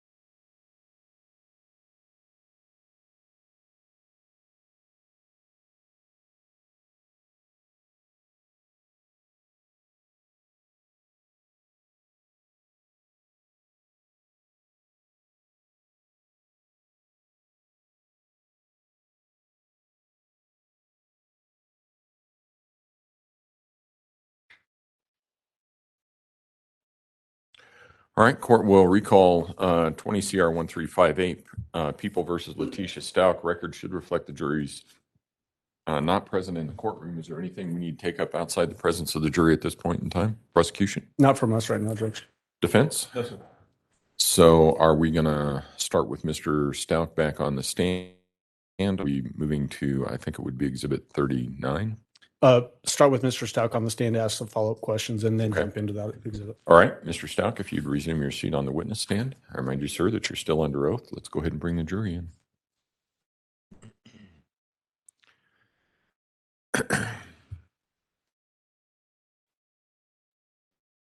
Oh, okay.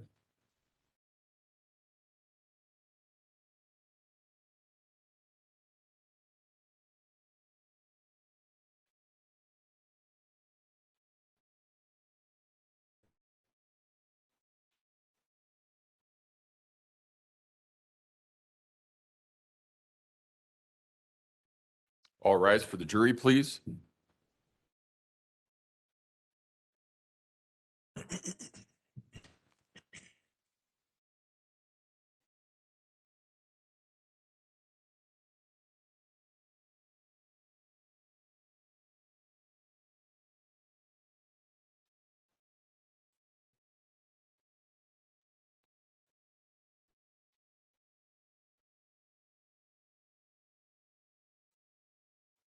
Thank you. May all be seated. Court will recall 20 CR 1358, People versus Letecia Stauch. Record should reflect the jury has returned to the courtroom.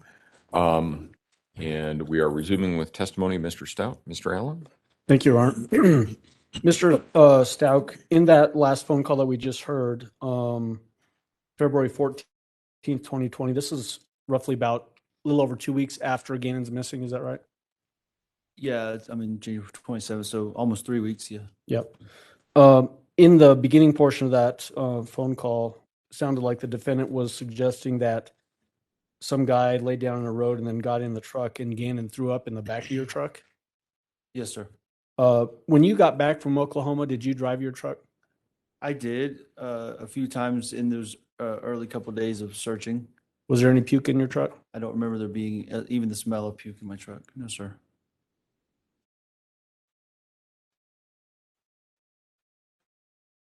In that phone call, you started to press her to get details about whoever this guy was, this dude that she keeps describing. And in the call, it's just she uses a Mexican or a black dark, found out his name. You mentioned the name Aubrey Holmes. What was that all about? That would have been in the Lawrence Ranch neighborhood. I used to see a van, somewhat of the neighborhood headquarters or whatever. That's the home builder, maybe. I don't know specifically, but yeah, that was just a van or cars roaming around the neighborhood for supervision or whatever. Was that also a reference back to the story the defendant gave that she let one of the guys from the building area come into the house? Possibly, yes. Okay.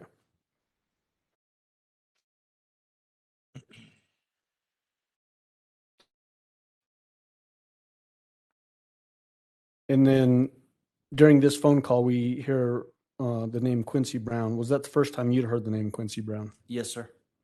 Did you know any Quincy Brown? No, sir.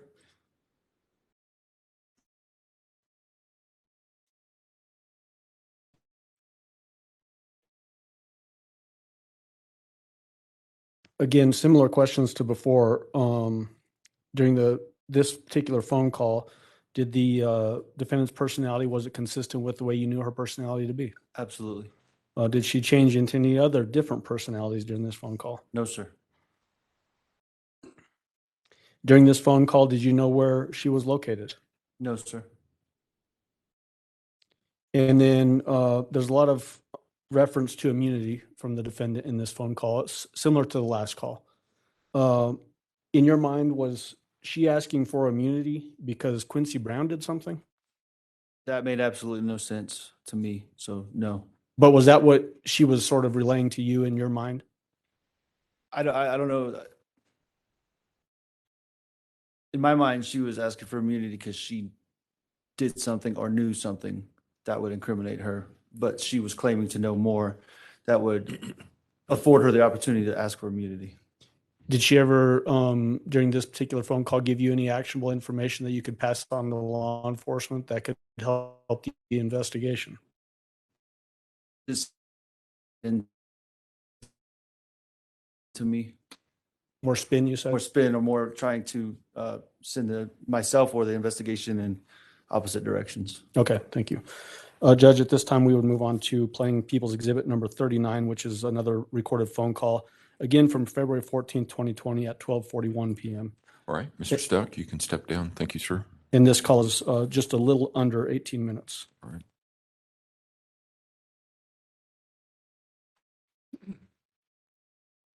Best to be ready.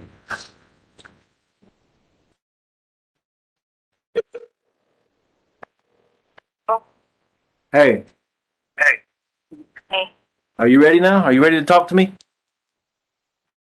I have been talking to you. Okay. Yes, you have. Okay. Where's Gannon? I didn't see you again. Where's Gannon, Tisha? I just told you. No, don't tell me fucking Quincy Brown. Tell me where Gannon is. There's no Quincy Brown. There's no Quincy Brown. Where is Gannon? Where did you take Gannon? He took it. Why don't you put me in a lineup and let me look for it? Where did you take Gannon? Where is Gannon?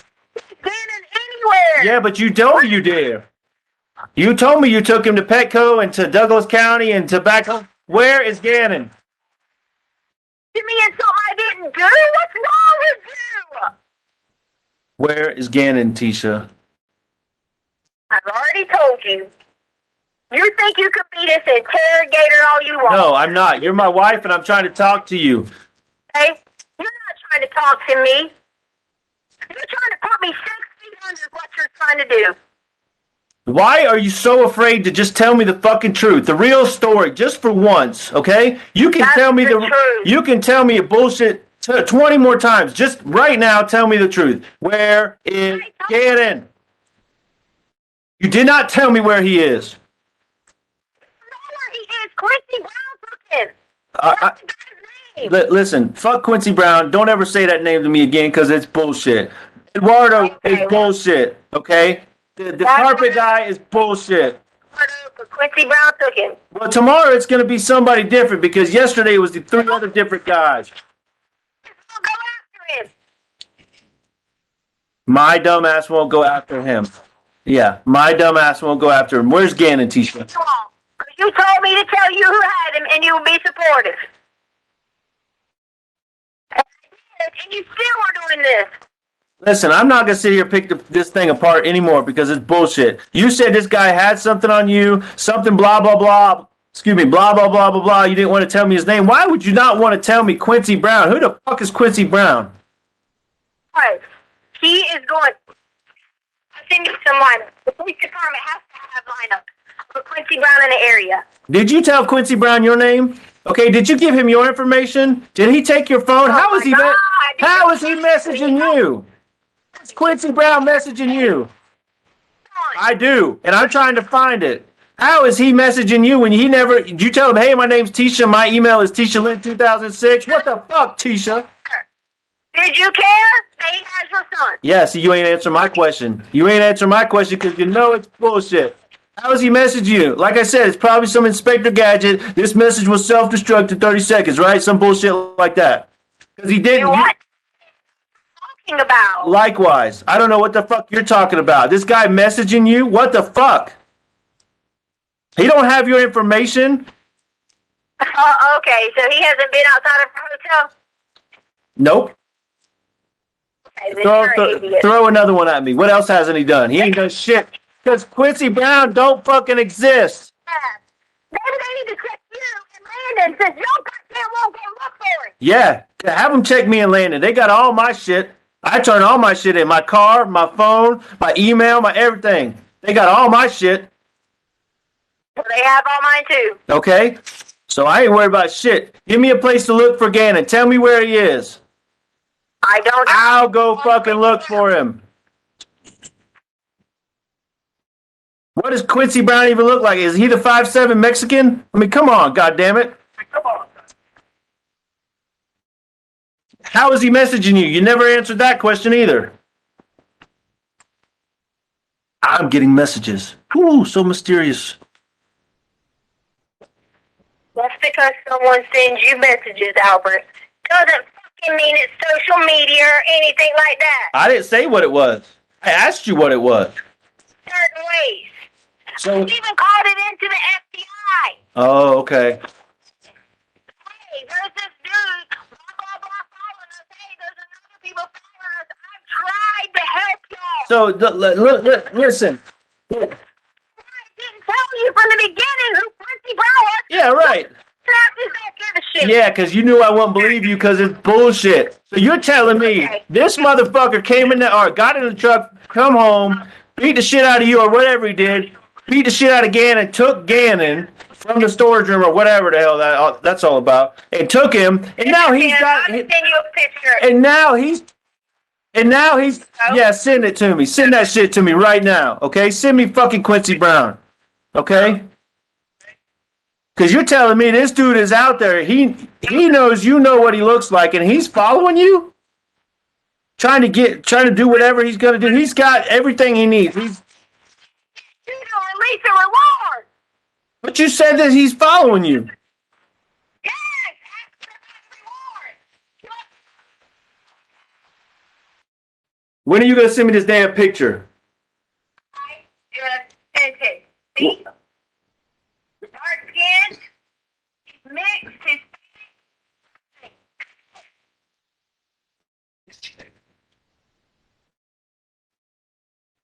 Are you freaking serious, Tisha? That's Quincy Brown right there. He's dark and Hispanic. what? He's dark and Hispanic. His name's Quincy Brown, right? A Hispanic guy named Quincy, like he's from South Carolina or something. Puerto Rican, mixed, All right, listen, Quincy. Oh my God, this is great. How did you fucking get a picture of Quincy Brown? You Googled him? That is who he is. Okay, listen, screenshot your Google search. Let me see it. Screenshot me where you pulled that. Yeah, however you got Quincy. Guess what? Quincy probably sent you that picture in one of his messages, right? He said, hey, just in case they're looking for me, here's my latest photo. You're a fucking dumbass. I am a dumbass, and I need my son, and you got him. Your son. Who's got him then? It ain't fucking Quincy Brown. You go be a fucking some balls and find him with his.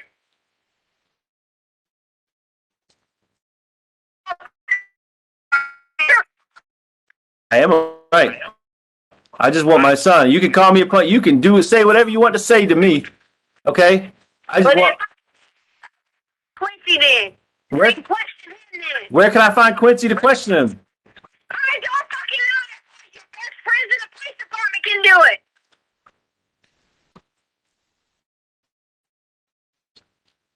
You're killing me, Tisha.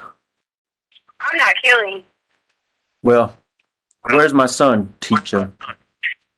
This is the same fucking bullshit conversation we had for days and weeks about that $8,000 you took from me. And I said, where's the money? Where's the money? And then 2 weeks later, oh, I took it. I'm so sorry, blah, blah, blah. It's the same shit we're doing again.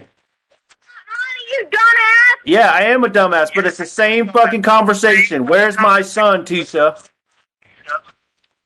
Quincy hasn't. Quincy, do you know him? Fucking go find him. Apparently you do, because he's got something against you. Okay? Yeah. You to talk to me to help me. Hey, guess what? I'm calling bullshit. I just Googled that shit, and that's a fucking mugshot like I find Mike Hyatt on. Mugshot. Way to go, Tisha. You found Quincy Brown on a mugshot. God damn it. This is just getting better and better and better. It's a mugshot because he's probably been in jail before, you dumbass. Yeah. So he just picked you out of the blue because you just happened to be in Douglas County up there, and he was laying in the street. And Quincy said, "Oh wow, that looks like an easy target. I'm gonna steal her son and rape her and go all the way to freaking wherever." And then how did he leave? Nobody saw him leave. What the fuck are you talking about? The cameras at night, you dumbass. Oh, that's right, because he was there till midnight while the neighborhood search party was going on. Come on, Tisha. The neighborhood search party was not even going on at that time. Okay, guess what? I know that's false. They searched all through the night, Tisha, while you were sitting your ass in the house. You were sitting in the house, sending Harley and Lane out to look for him. The search party of the fucking neighborhood was out, and Quincy Brown was out there, and nobody saw him. I tell you what you're going to need to do. You're going to need to figure out what you're going to do when they find Gannon. Because that's what you need to worry about. When they find Gannon. When they find Gannon, Really? no matter what's happened to the boy or where he's at, when they find him, you better get to step in because you got to worry about what's going to happen. Okay? Really? That's Yeah. a threat? Because, No, I'm telling you about the police. okay. If that's how you want to take it then, and you don't want any help, then Yeah, fine. because we're going to find him. And how the hell would you know they're barking up the wrong tree? You keep saying they're looking in the wrong place. You don't ask me. I'm the wrong tree. But that doesn't make any sense. They're looking where you supposedly told them Quincy Brown got in the truck at. Tree they're looking.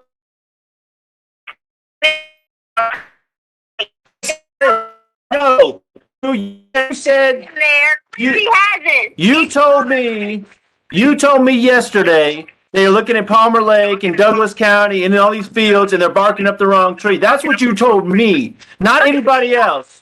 You dumbass. He hasn't in Colorado Springs. Where at? How do you know where he's at if you don't know Quincy Brown? If you're not involved, if you don't know what's going on, Not involved. you just fucking told on yourself. You just told on yourself. You know where Gannon's at and you're fucking lying. I don't know where Gannon's at. You just said he's in Colorado Springs. I said Quincy Brown lives in Colorado Springs, apparently. Now you're fucking twisting the words again, Tisha. Okay, where's Gannon? I don't have Gannon. You can curse me out, call me whatever you want, fuck all the bitches you want, do whatever you want, because I don't care about you. Good. I don't want you to. You got my son, and you know where he's at, and I need to find my son. You obviously don't care about my son if you're going to do all the things you did in that fucking candle video. That was bullshit. That's the same shit you tried to do to me, and you did it to my son. That was horrible. You should go to jail just for that shit, Tisha. Yeah. Yeah, absolutely.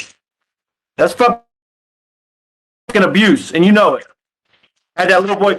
No, you had him crying when all he thought he had made was an accident, and you had him thinking he was going to have to sell his Switch and his toys on the fucking video you put out there. I didn't see that. You put it out there. That's your fucking abuse. You think he was going to sell his Switch? Yeah, that's Crazy. or what? Well, that was where it was going. The couch, or we're going to sell this or that. I heard your words, and That's what's messed up. I was telling and him I heard you make him cry too. Where's my son?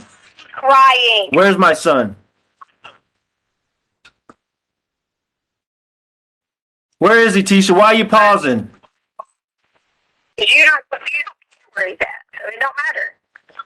I do care. I told you where I think he's at. You told me he wasn't there. You said they're barking up the wrong tree, and then you said he is in Colorado Springs. You said that. Not me. Not the police. Not nobody else. You said it. That's why you said they're barking up the wrong tree, because you know where he's at. And you need to tell me. I wish I did. You're a fucking liar. Tell me where he's at. I wish I did, so that I bring him to you and say to you how you really were a supportive husband. You listen. This is the same shit that we've been going through for 5 years, and I've supported you That's all through you it. ever want to do is talk about me, ain't it, Albert? No, I want my son. Fuck all that other shit. I want my son. Who cares about the past 5 years? You're right. Who gives a fuck? To you right now, and I had absolutely nothing to do with it. You'd still fucking try to blame it on me. But Tisha, that's just not an option. You've lied to me. Okay? Well, I'm not blaming you, but you've lied to me. That's unacceptable. Okay? The truth is, I need my son, and you have information. I'm sorry that I didn't want to get killed. Okay? I'm sorry. So you didn't want to get killed, so you let him take Gannon? Or why? I'm What? talking about by talking from the beginning. But you were talking from the beginning. You did an interview from day one. Okay? So no. I didn't want to get killed.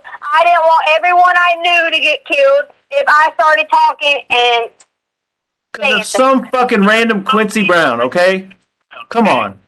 Some Quincy Brown from mugshots is going to kill us all. Have you looked him up?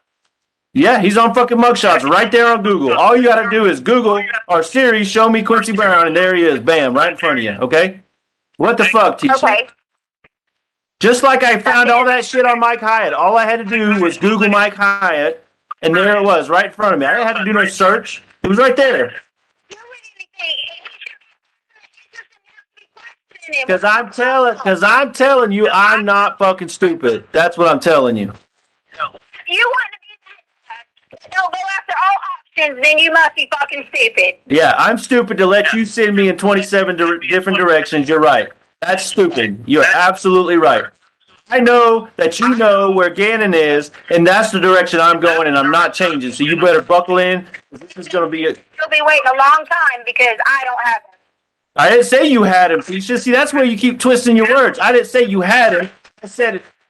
I said, tell me where he is. Where is that? Oh, okay.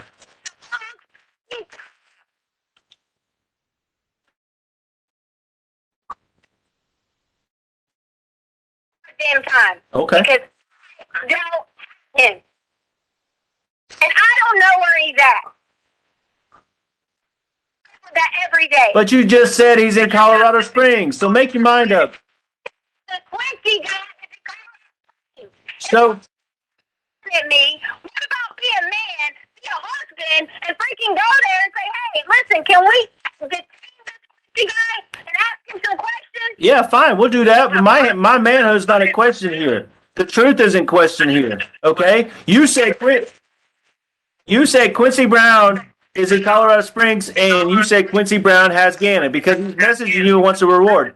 Okay? So if you put Message me. I said he left messages. that's a message.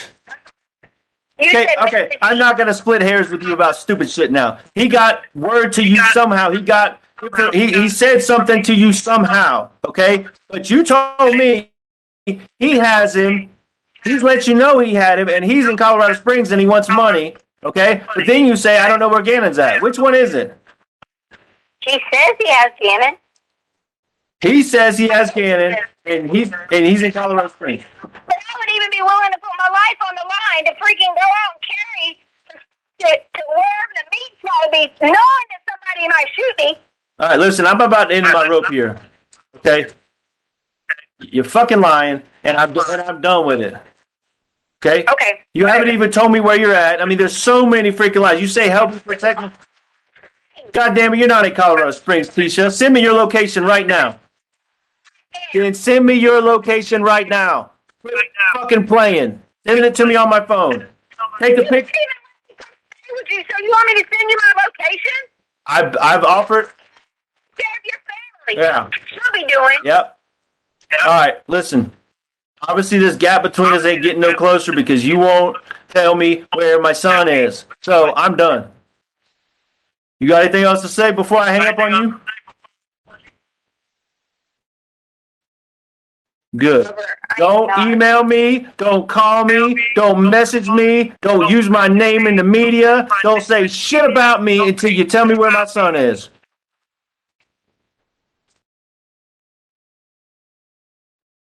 Mr. Allen?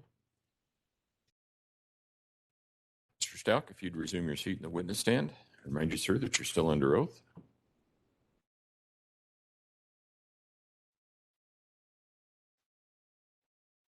Mr. Stauch, in that particular phone call, you made a comment about the candle incident and that the defendant was doing the same thing to Gannon that she did to you. What were you talking about there? There was, sounds like potentially the defendant sent you a text message to tell you who this Quincy Brown was. Did that happen in that phone During call? that phone call, yes, sir. Did you then do a Google search for a Quincy Brown? I believe I did on the spot, yes, sir. And what did you find when you Googled Quincy Brown? Exactly what I referenced. I call it mugshots, but like, lineup.com or mugshots.com, whatever it was specifically, but his face next to a bunch of other people that have been arrested. Was that essentially a sex offender that was wanted in the Colorado Springs area? Yes, sir. Did you ever have any independent knowledge that Quincy Brown was somehow involved in Gannon's disappearance? No, sir. You asked the defendant in there, or actually the defendant, I'm sorry, said that she was in Colorado Springs. Did you know where she was at that time? No, sir. Did you think she was in Colorado Springs? No, sir.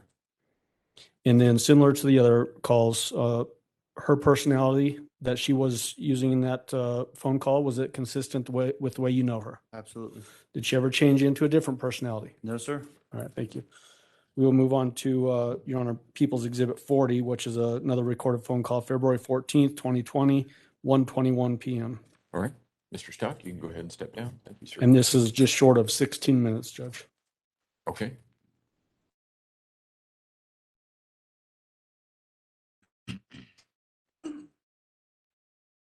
Got my peanut butter sandwich. I need it. I ate mine too.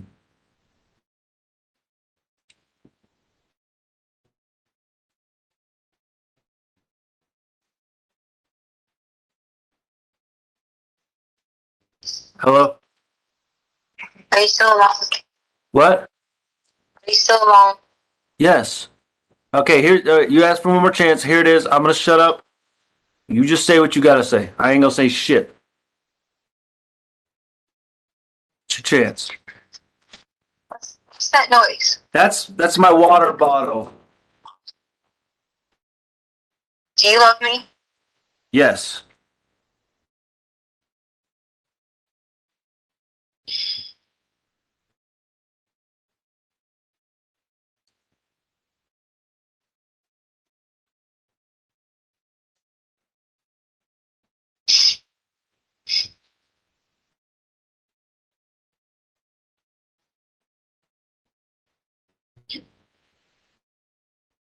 Oh.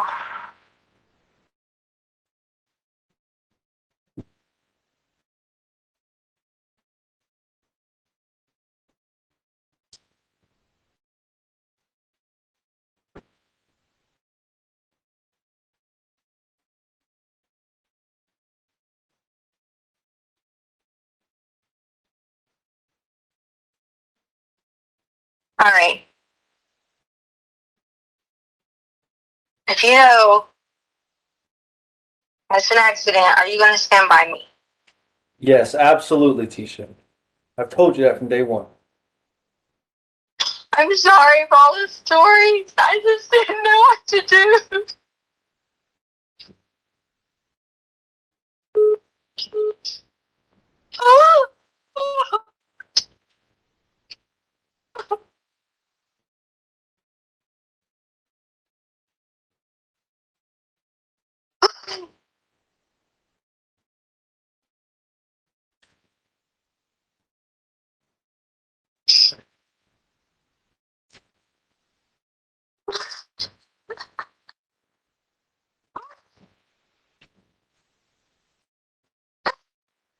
So we were going to get your bike. I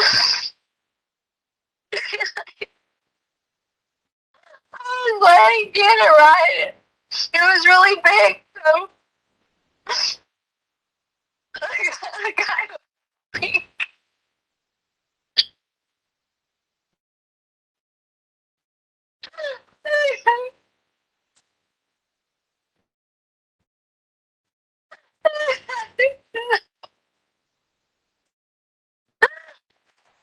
You fell off of it.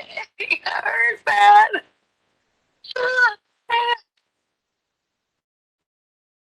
You there's a bunch of valley kills and stuff.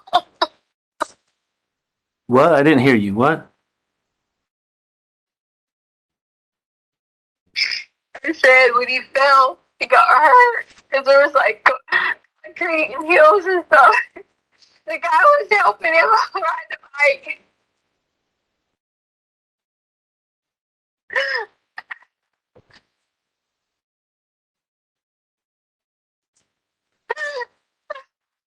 Tisha, babe, what? How bad did he get hurt? How bad it was, he was bleeding. Where was he bleeding from? His arms, his knees, his head. So his head was bleeding? And this, oh God. He promised me he was going to go back to his house and get some bandages and call 911 because we had accidentally left him all in Petco.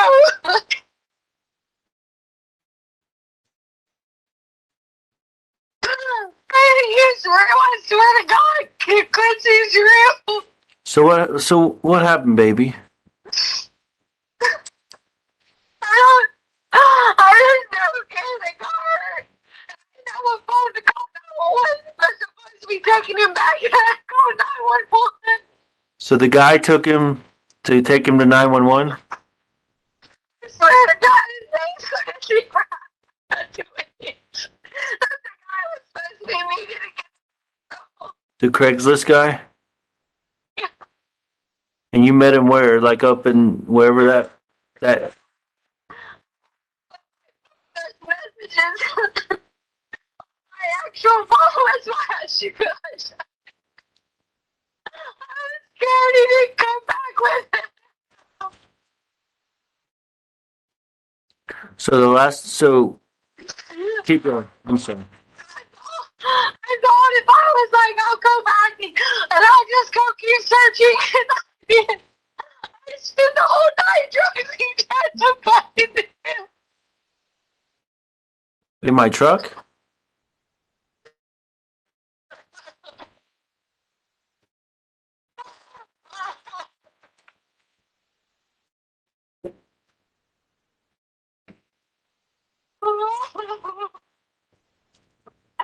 Sure, I'm sorry for these stories. I just didn't want to do because I didn't want you to hate me. Why would I hate you if it wasn't your fault? Because I couldn't get to him. And I was bleeding from his hands and knees. It was an accident. Okay.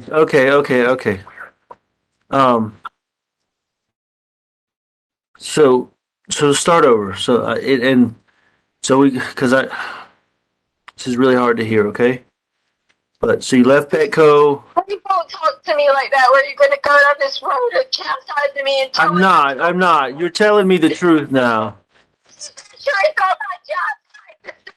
Okay, and I believe you now because this. Thank you for telling me the truth.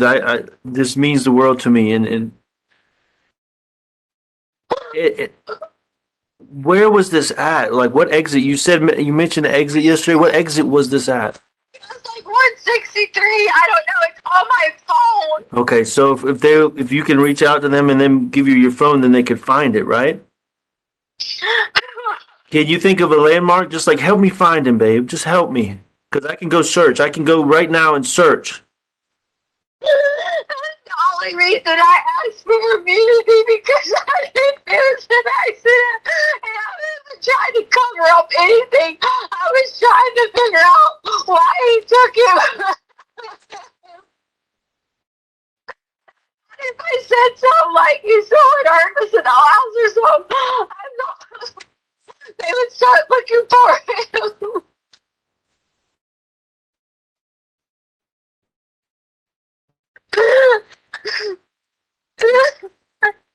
When the guy, I wanted to try to bike out and he needed help because the bike was too big.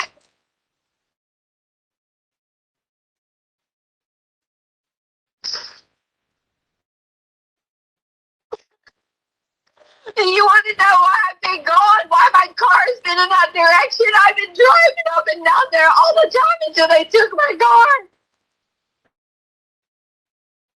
Driving to do anything I can find, anything. Driving to find this dude. I even called into the police department. They were like, yeah, because he's wanted.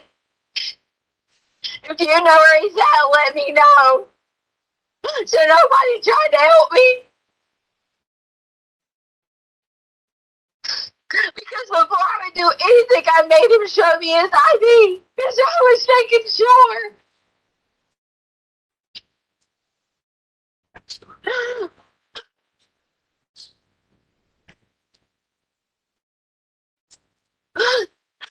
It's why they took me to bike today, that's all. so Tisha, hold on. You went to his house, or where did you meet this guy at? Quincy Brown or whatever. Because if you went to his house, they could absolutely. Please. I'm listening. I need to tell you.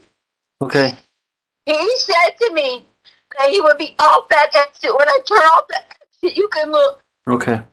I took out the exit left because I thought that was the direction, but he thought I was coming from south, from north. So I turned off right and went towards the other direction, and I didn't see anyone with a bike in a store. Okay. So there was a store? He said there was a store. I said I didn't see Oh. anyone with a bike in the store. Oh, So I went the other direction. I got you. When I went the other direction, I see him with the bike. And I said, hey, there's the guy with the bike. And I made him show me his ID. And legit, we talked with some kind of biking. And this was a tour bike. And I got a little nervous because I said, why would he have some tour bike and he's trying to sell it? You know, like, I was asking him questions like, did you not ride anymore? Did you get hurt? You know, like these stories I was asking him. Then I realized I didn't have the phone because I had left it at Petco. So then, Gannon was like high-fiving him and talking to him and stuff like that. So I assume, you know, nice guy. And so he was taking Gannon, just helping him get on the bike to ride it. And was holding on to it just so he could see. And he was like, do you think your daddy will like this bike? Then the next thing you know, whenever they like both slid, he slid with Gannon in the bike, and Gannon like went like not necessarily tumbling, but sliding down, and he hit his head, and I ran over there. I was just crying to help and called 911, but I didn't have my phone.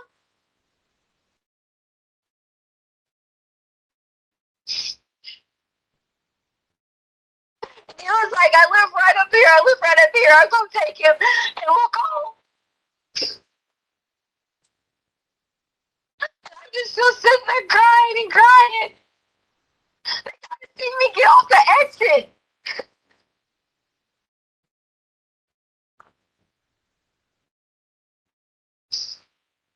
That's why I've been adamant about you finding this dude.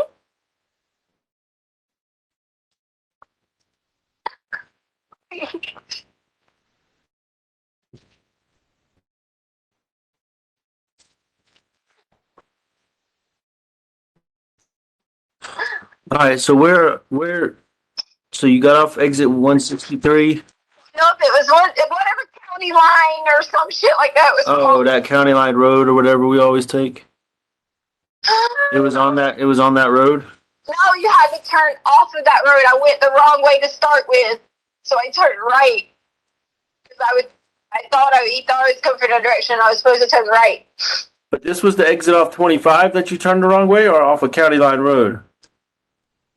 Off of 25, you can get off and go both directions. Okay. All right. I'm trying to narrow down so I can go look, but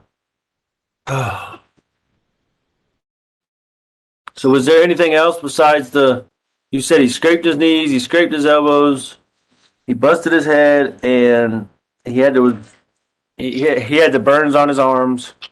Well, there was some bad burns, Albert. The burns were just little bubbles from the fire. That had nothing to do with it.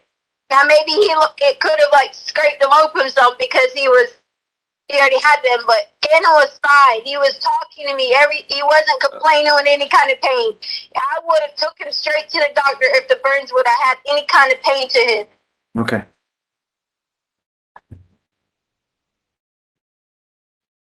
But the only reason I didn't ask you for any kind of immunity because I committed some kind of crimes.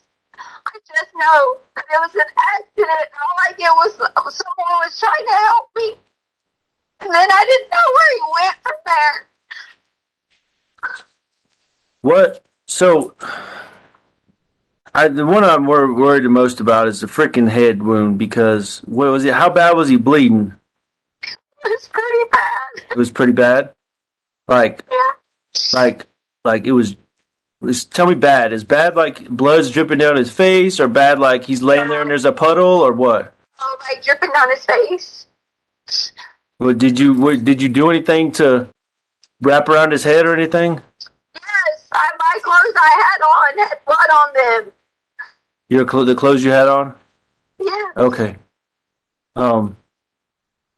So Like, oh my god, we gotta call 911. Was this on the road or was this at the station? Like where? Show you to explain where. I don't know my way around Colorado. Okay, I was just trying to figure out if there's blood on the road. Maybe we could find blood on the road or something. That's all I was saying. Searching Okay. somewhere. I agree. I agree they should find it. So where on his head? Like was it the side or back of his head? What? I don't know. I was panicked. Okay, so you were panicking. So the accident happened and you panicked, right? I was panicking. Okay, I didn't have a phone. right. And did he have a phone? He said he would run back to his house. He had Gannon. Said he'd run back to his house, wrap it up tight, and he would call 911. Okay. Gannon was talking. Okay. So he took Gannon to his house is what he told you, right?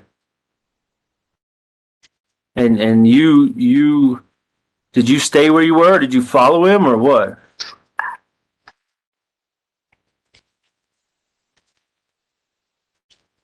Babe.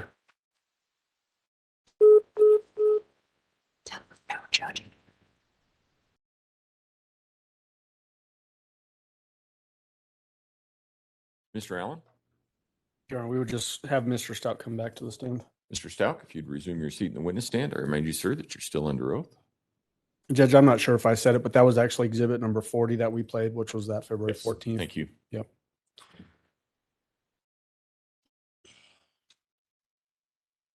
Mr. Stauch, in this particular phone call, you hear the defendant sounding potentially like crying.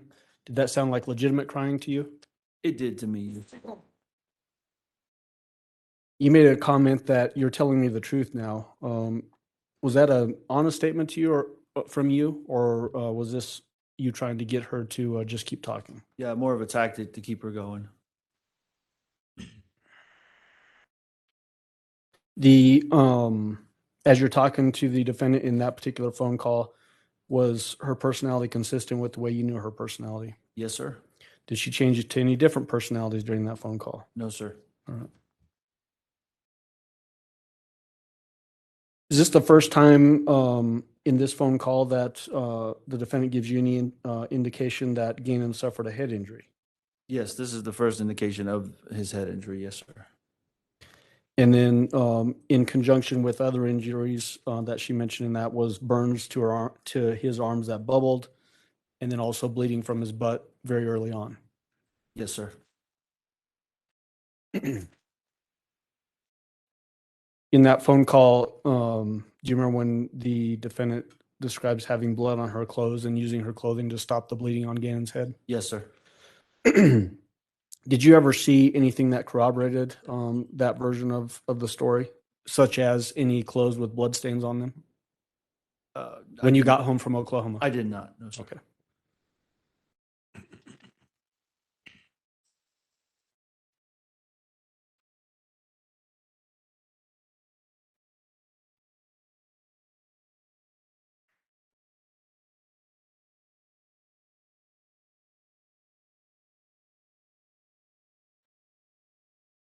May I approach with People's Exhibit 49?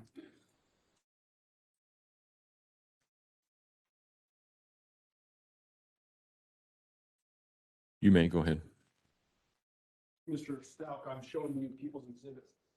Will you please flip through that and let me know?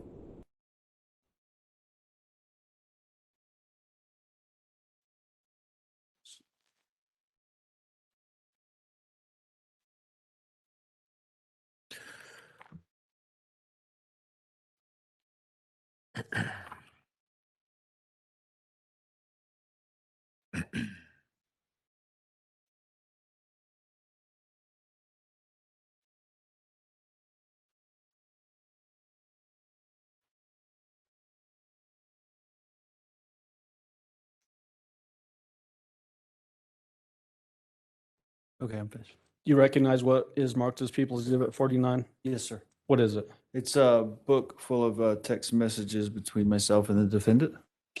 Is the date range for this particular group of text messages basically February 29th through March 1st of 2020?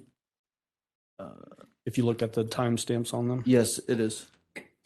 Are those fair and accurate representations of the text messages that she sent, or at least came from her phone and that you responded with? Yes, sir. Your Honor, I move for admission of People's Exhibit 49. Defense. Exhibit 49 will be admitted. Go ahead. May I approach the witness with People's Exhibit 206? Yes.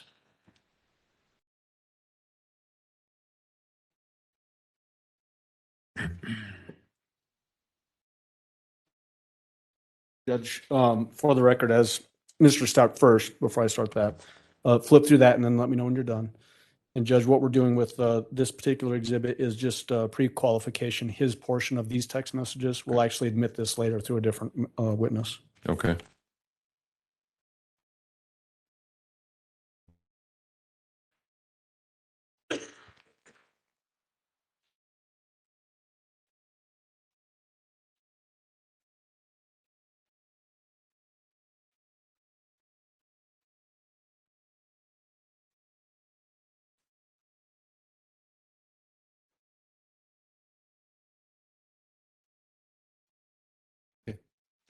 Do you recognize that item? Yes, sir. What do you recognize that as? It's communications between myself and Harley's phone. Harley Hunt? Harley Hunt. Okay. Between her phone. And what I'm asking you specifically for your portion of this exhibit, the text messages that came from you or from your phone, do those appear to be fair and accurate representations of your communications? Yes, sir. Okay, thank you. Or may I retrieve that? Yes.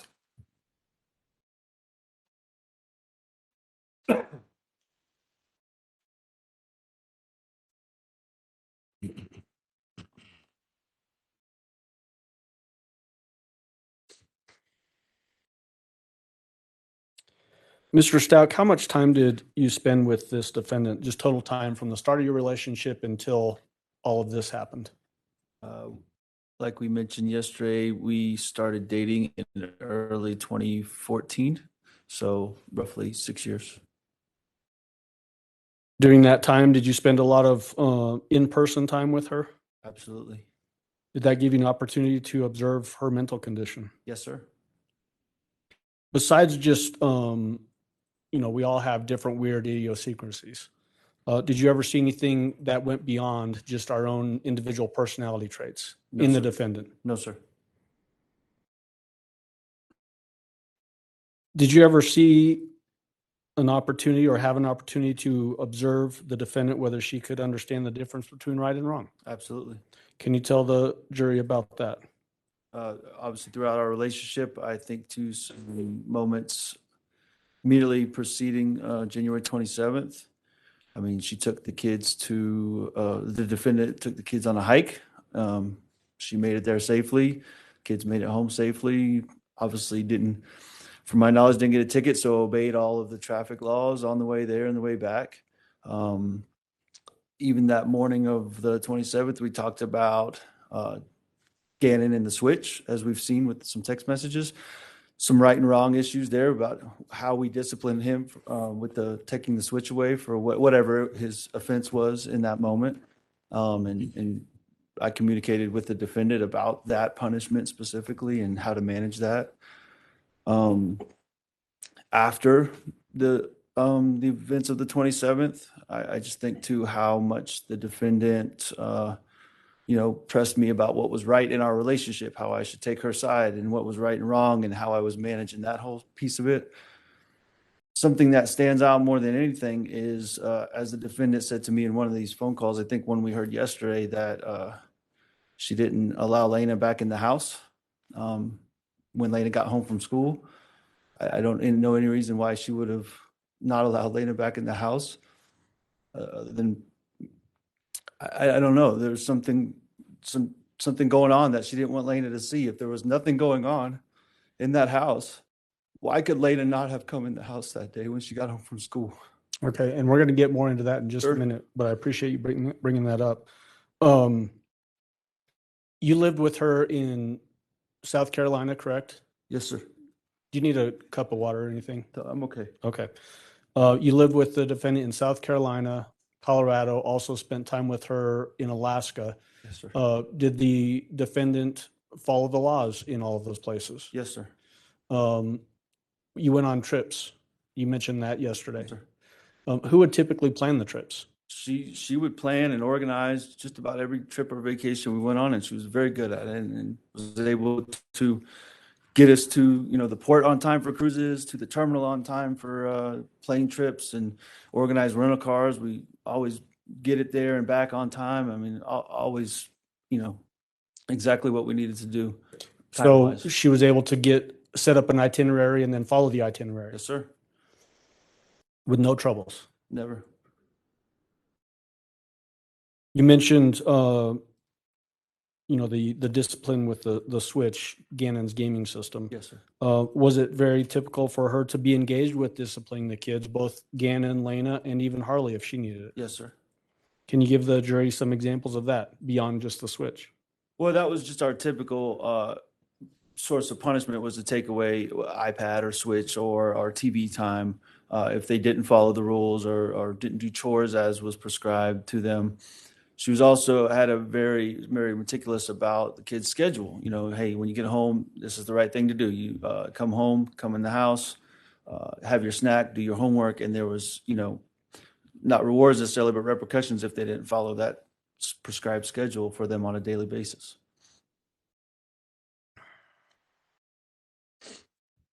What about during the time frame so if we're going to narrow the scope of what we're talking about here, Mr. Stauch, the time frame as we get to January 2020, and especially that Saturday night when you left up to DIA, did you ever have any concerns that she was?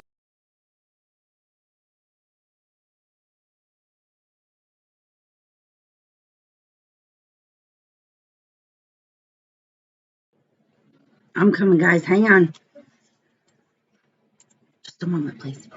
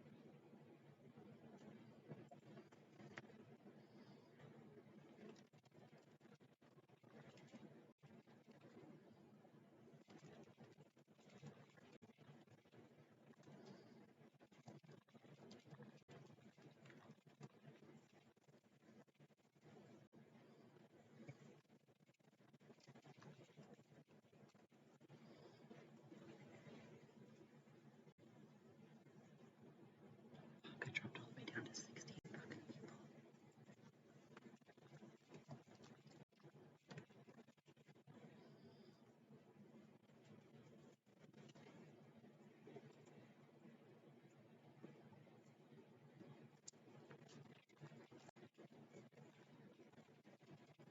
Okay, here's what we're going to do. We're going to take our lunch break early, and then we will come back for cross-examination. So if I can have everyone back in the jury room a little bit before 1 o'clock, we should be able to start on time at 1 o'clock.